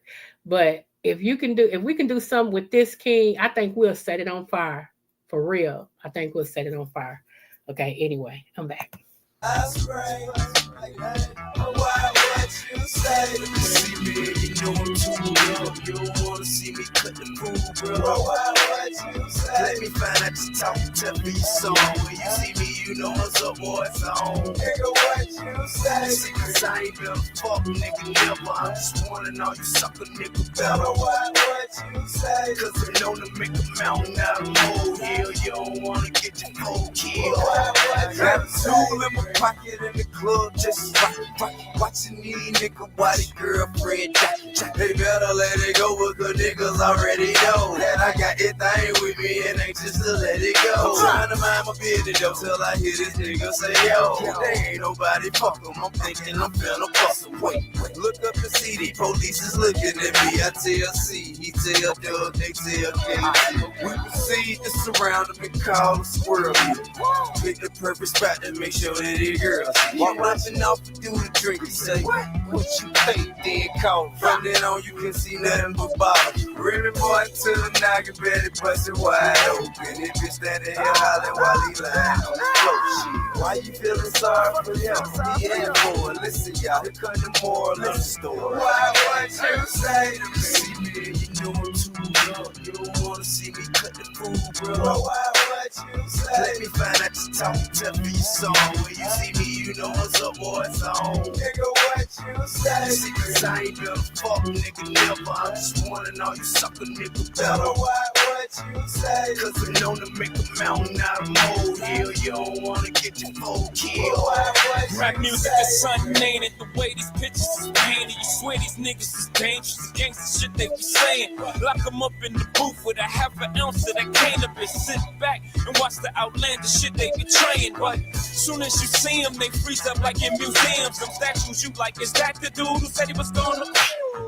Niggas get running before you finish your sentence, and then they back to riffing when they off in the same distance. You like, you was just here, you disappeared like magicians, and then there, I'm like, damn it, at least keep it consistent. I hear you baiting me lately, I've been doing my best just to stay hater free still. That's what you say to me. Sooner or later, I take you up on your offer and put you all in your place like I'm replacing your father. You're talking to the author, the architect of the blueprint, my DNA in your music. Motherfucker, you see me, you know I'm too young. You don't wanna see me cut the food, bro. What you say? Let me find out you talking tough for your song. When you see me, you know what's up, boy, it's on. See, I told y'all, I'm a beat person. I like it beat. Like that beat got me. Even if he wouldn't say nothing, it was just a beat. That beat got me. I act like I'm over here in the club or something, but I love that beat. Nigga, what you say? Secrets I ain't been fuck, nigga, never. I just wanna know you suck a nigga better. What you say? Cause I'm known to make a mountain out of molehill. You don't wanna get your foe killed. Cause I ain't never been a sucker, big gangster my whole life. So a nigga did respect me in his own side. I hear what you say in your song, some mud I don't like. Keep it up, I feel tried. I see you, we gon' fight. Be a man, say my name if you talking to me. You never said, well, I figure you ain't talking to me. Find out you is at the awards or was a cold the street. I swear I beat your fucking ass like it ought to be beat. See all that whispering and lame, I ain't one for the game. If I say fuck you, then it fuck you, nigga, simple to play. I say no problem, bitch, no problem, Bill, can you do the same? Now you just swallow your pride, cause you know I'm off the chain. Try to refrain from being violent, but you come out your face. I got my lawyer paid up, ready to catch me a cake. When I feel you disrespecting me, I'ma get me a cake. But all this shit could be avoided one way. See me, you know I'm too young. You don't wanna see me cut the food, bro. What you say? Let me find out you talking tough for your song. When you see me, you know what's up, boy, it's on. Nigga, what you say? Secrets I ain't been fuck, nigga, never. I just wanna know you suck a nigga better. What you say? Cause I'm known to make a mountain out of molehill. You don't wanna get your foe killed. What you say to me? Watch what you say to me. I don't play all that. Watch what you say. All right, let me get my last one out of here, y'all. And then I get my molasses out of here. King, I hope you heard that song so we can come up with something.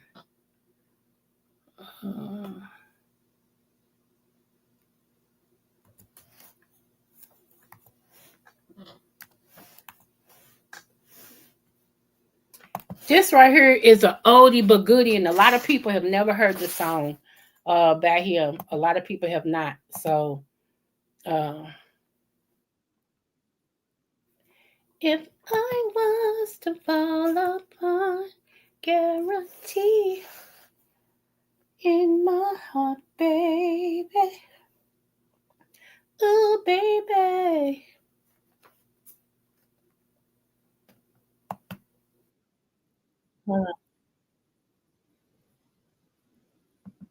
It's not the song I'm playing though, but hold on. I said, hold on. Why are you playing? Good grief. I'm gonna have to clean it. I'm gonna have to find a way to clean that.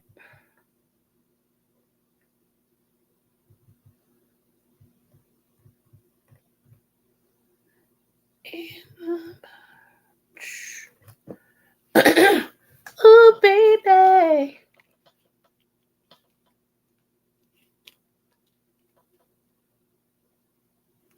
Hold on, hold on, hold on. I'm almost there. Uh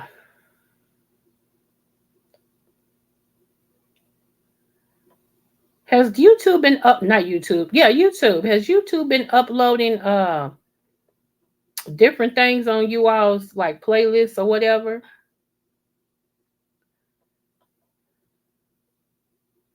They doing a lot of stuff.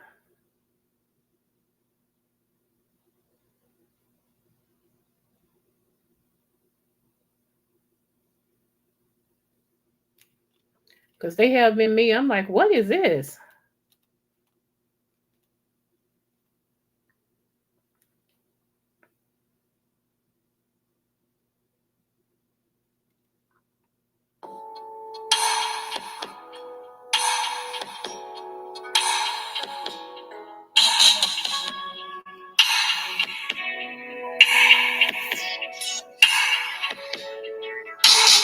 If I was to fall apart, please don't leave me in the dark, Baby. Have y'all heard that? When you cry, shed your tears, I will catch all your fears, baby.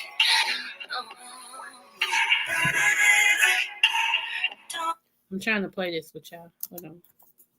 I'm already gonna have to take it out. So, okay. I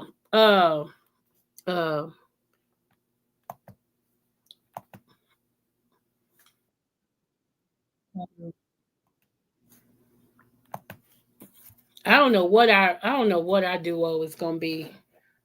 I'm leaving all it up to King. Whatever sound he want us to make. Cause he's the music guy, so whatever sound he want us to make, that's what I'm leaving up to you.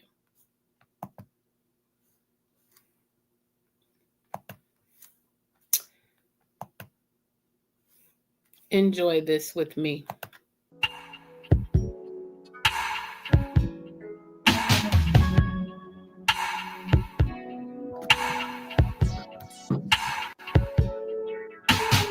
If I was to fall apart, please don't leave me in the dark, baby. Ooh, baby. When you cry, shed your tears, I will catch all your fears, baby. Oh no, baby. Don't you ever worry, 'cause I'm here for you. I'm always by your side, always near. When I'm not with you,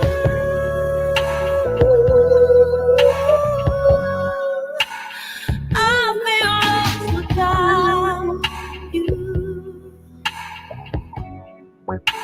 I'm telling the truth.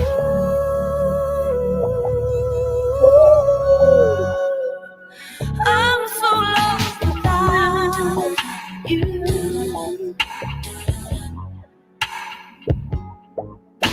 If all you gave was a smile, I don't mind, boy, stay a while, baby. Oh,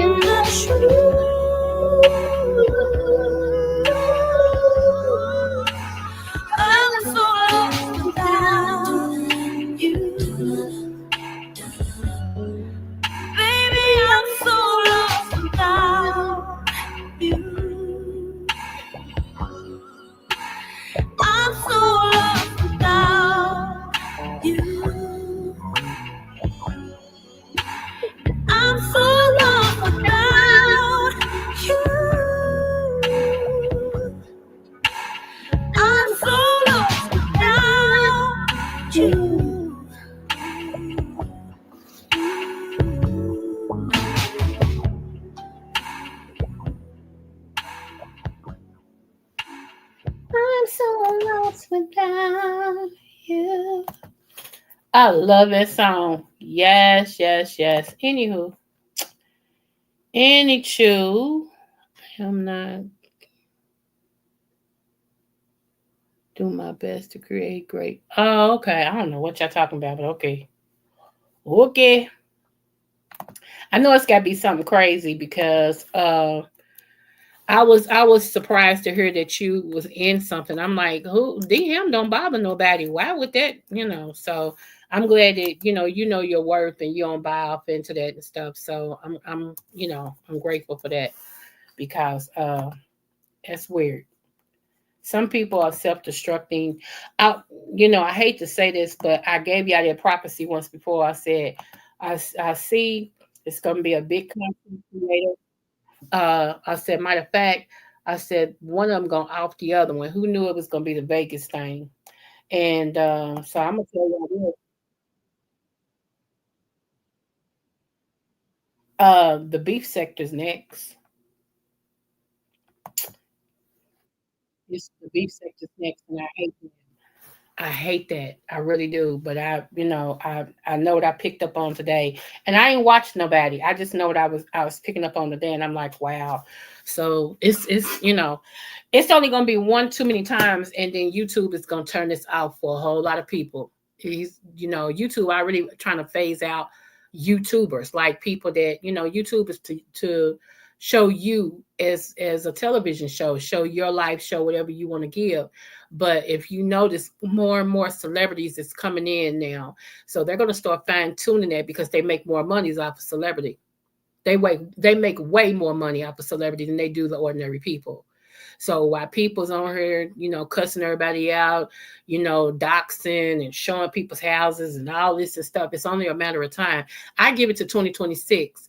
By 2026, there'll be such a change in how YouTube is being done that there will be a whole cyber law, a whole internet law when it comes to stuff like this, and people will start going to jail. When you threaten a child, when you desecrate the deceased and all of that, it's gonna be it's people gonna have their world upside down. So if all you give is cussing people out and threatening people and all this and stuff, you might as well quit now, because there's probably next year, and I'm standing on that, probably to start next year on into 2027, it won't be no room for you because YouTube is not gonna have it. I just feel that, y'all. And if I'm wrong, I'm sorry, but I feel that. I feel that very strongly, because they in it to make money. And like I said, more and more celebrities is beginning to use YouTube and getting paid for it. They have hundreds and thousands and millions of people. And here we are, got a little bit 30, maybe 30,000, 15,000, 2,000. And they like, yeah, y'all want to keep up all this? Heck, now we'll just make it to where if you got this amount, then you'll make this amount. And if you got this amount, you'll barely make anything. And if you got this amount, if you're doing this, you won't be on here. Okay. This is the last song, you guys. I love you guys. Did y'all know that he made this song? Check this song out. Yeah. This is the next day. This thing.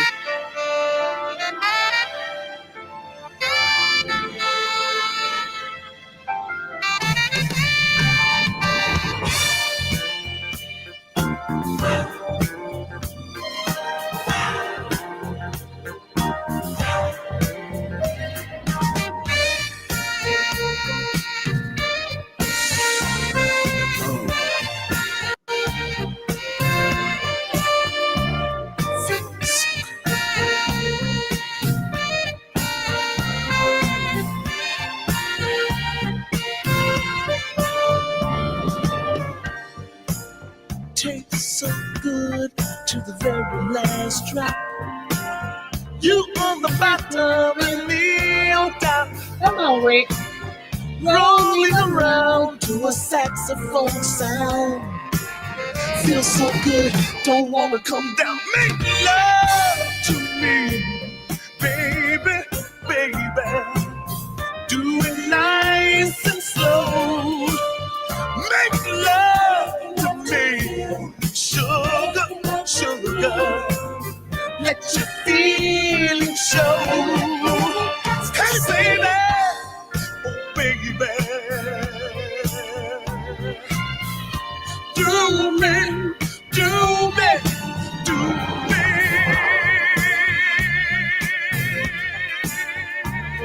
Just do me good, baby. Feels so good, soaking wet like the rain. So soft and gentle, and we show no shame. Kissing you, baby, only you and I know. Feels so good, just let your love flow. Make love to me, baby, baby. Do it nice and slow. Make love to me, woman, woman. Let your feelings show. Feeling hot, feeling cold, feeling so hot to cold, feeling young and feeling old. That's what I feel when I'm holding you tighter, squeezing you, baby, loving you with all my might. All I'm asking is just to make love to you. Yeah, come on, Rick.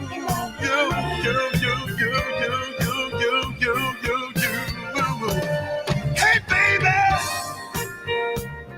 Hey, baby.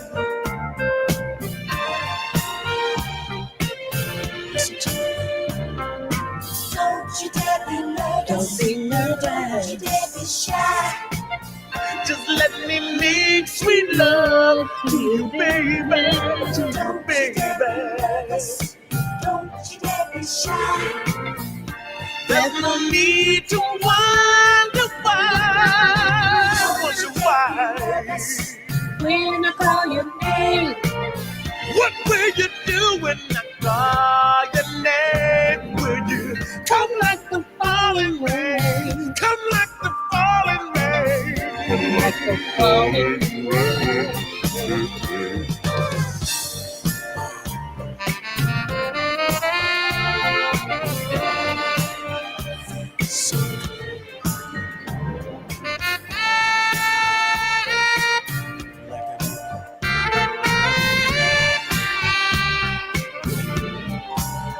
Woman, do me.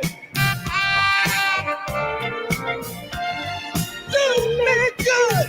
Woman, do me. Do me. Do me. Do me. Do me.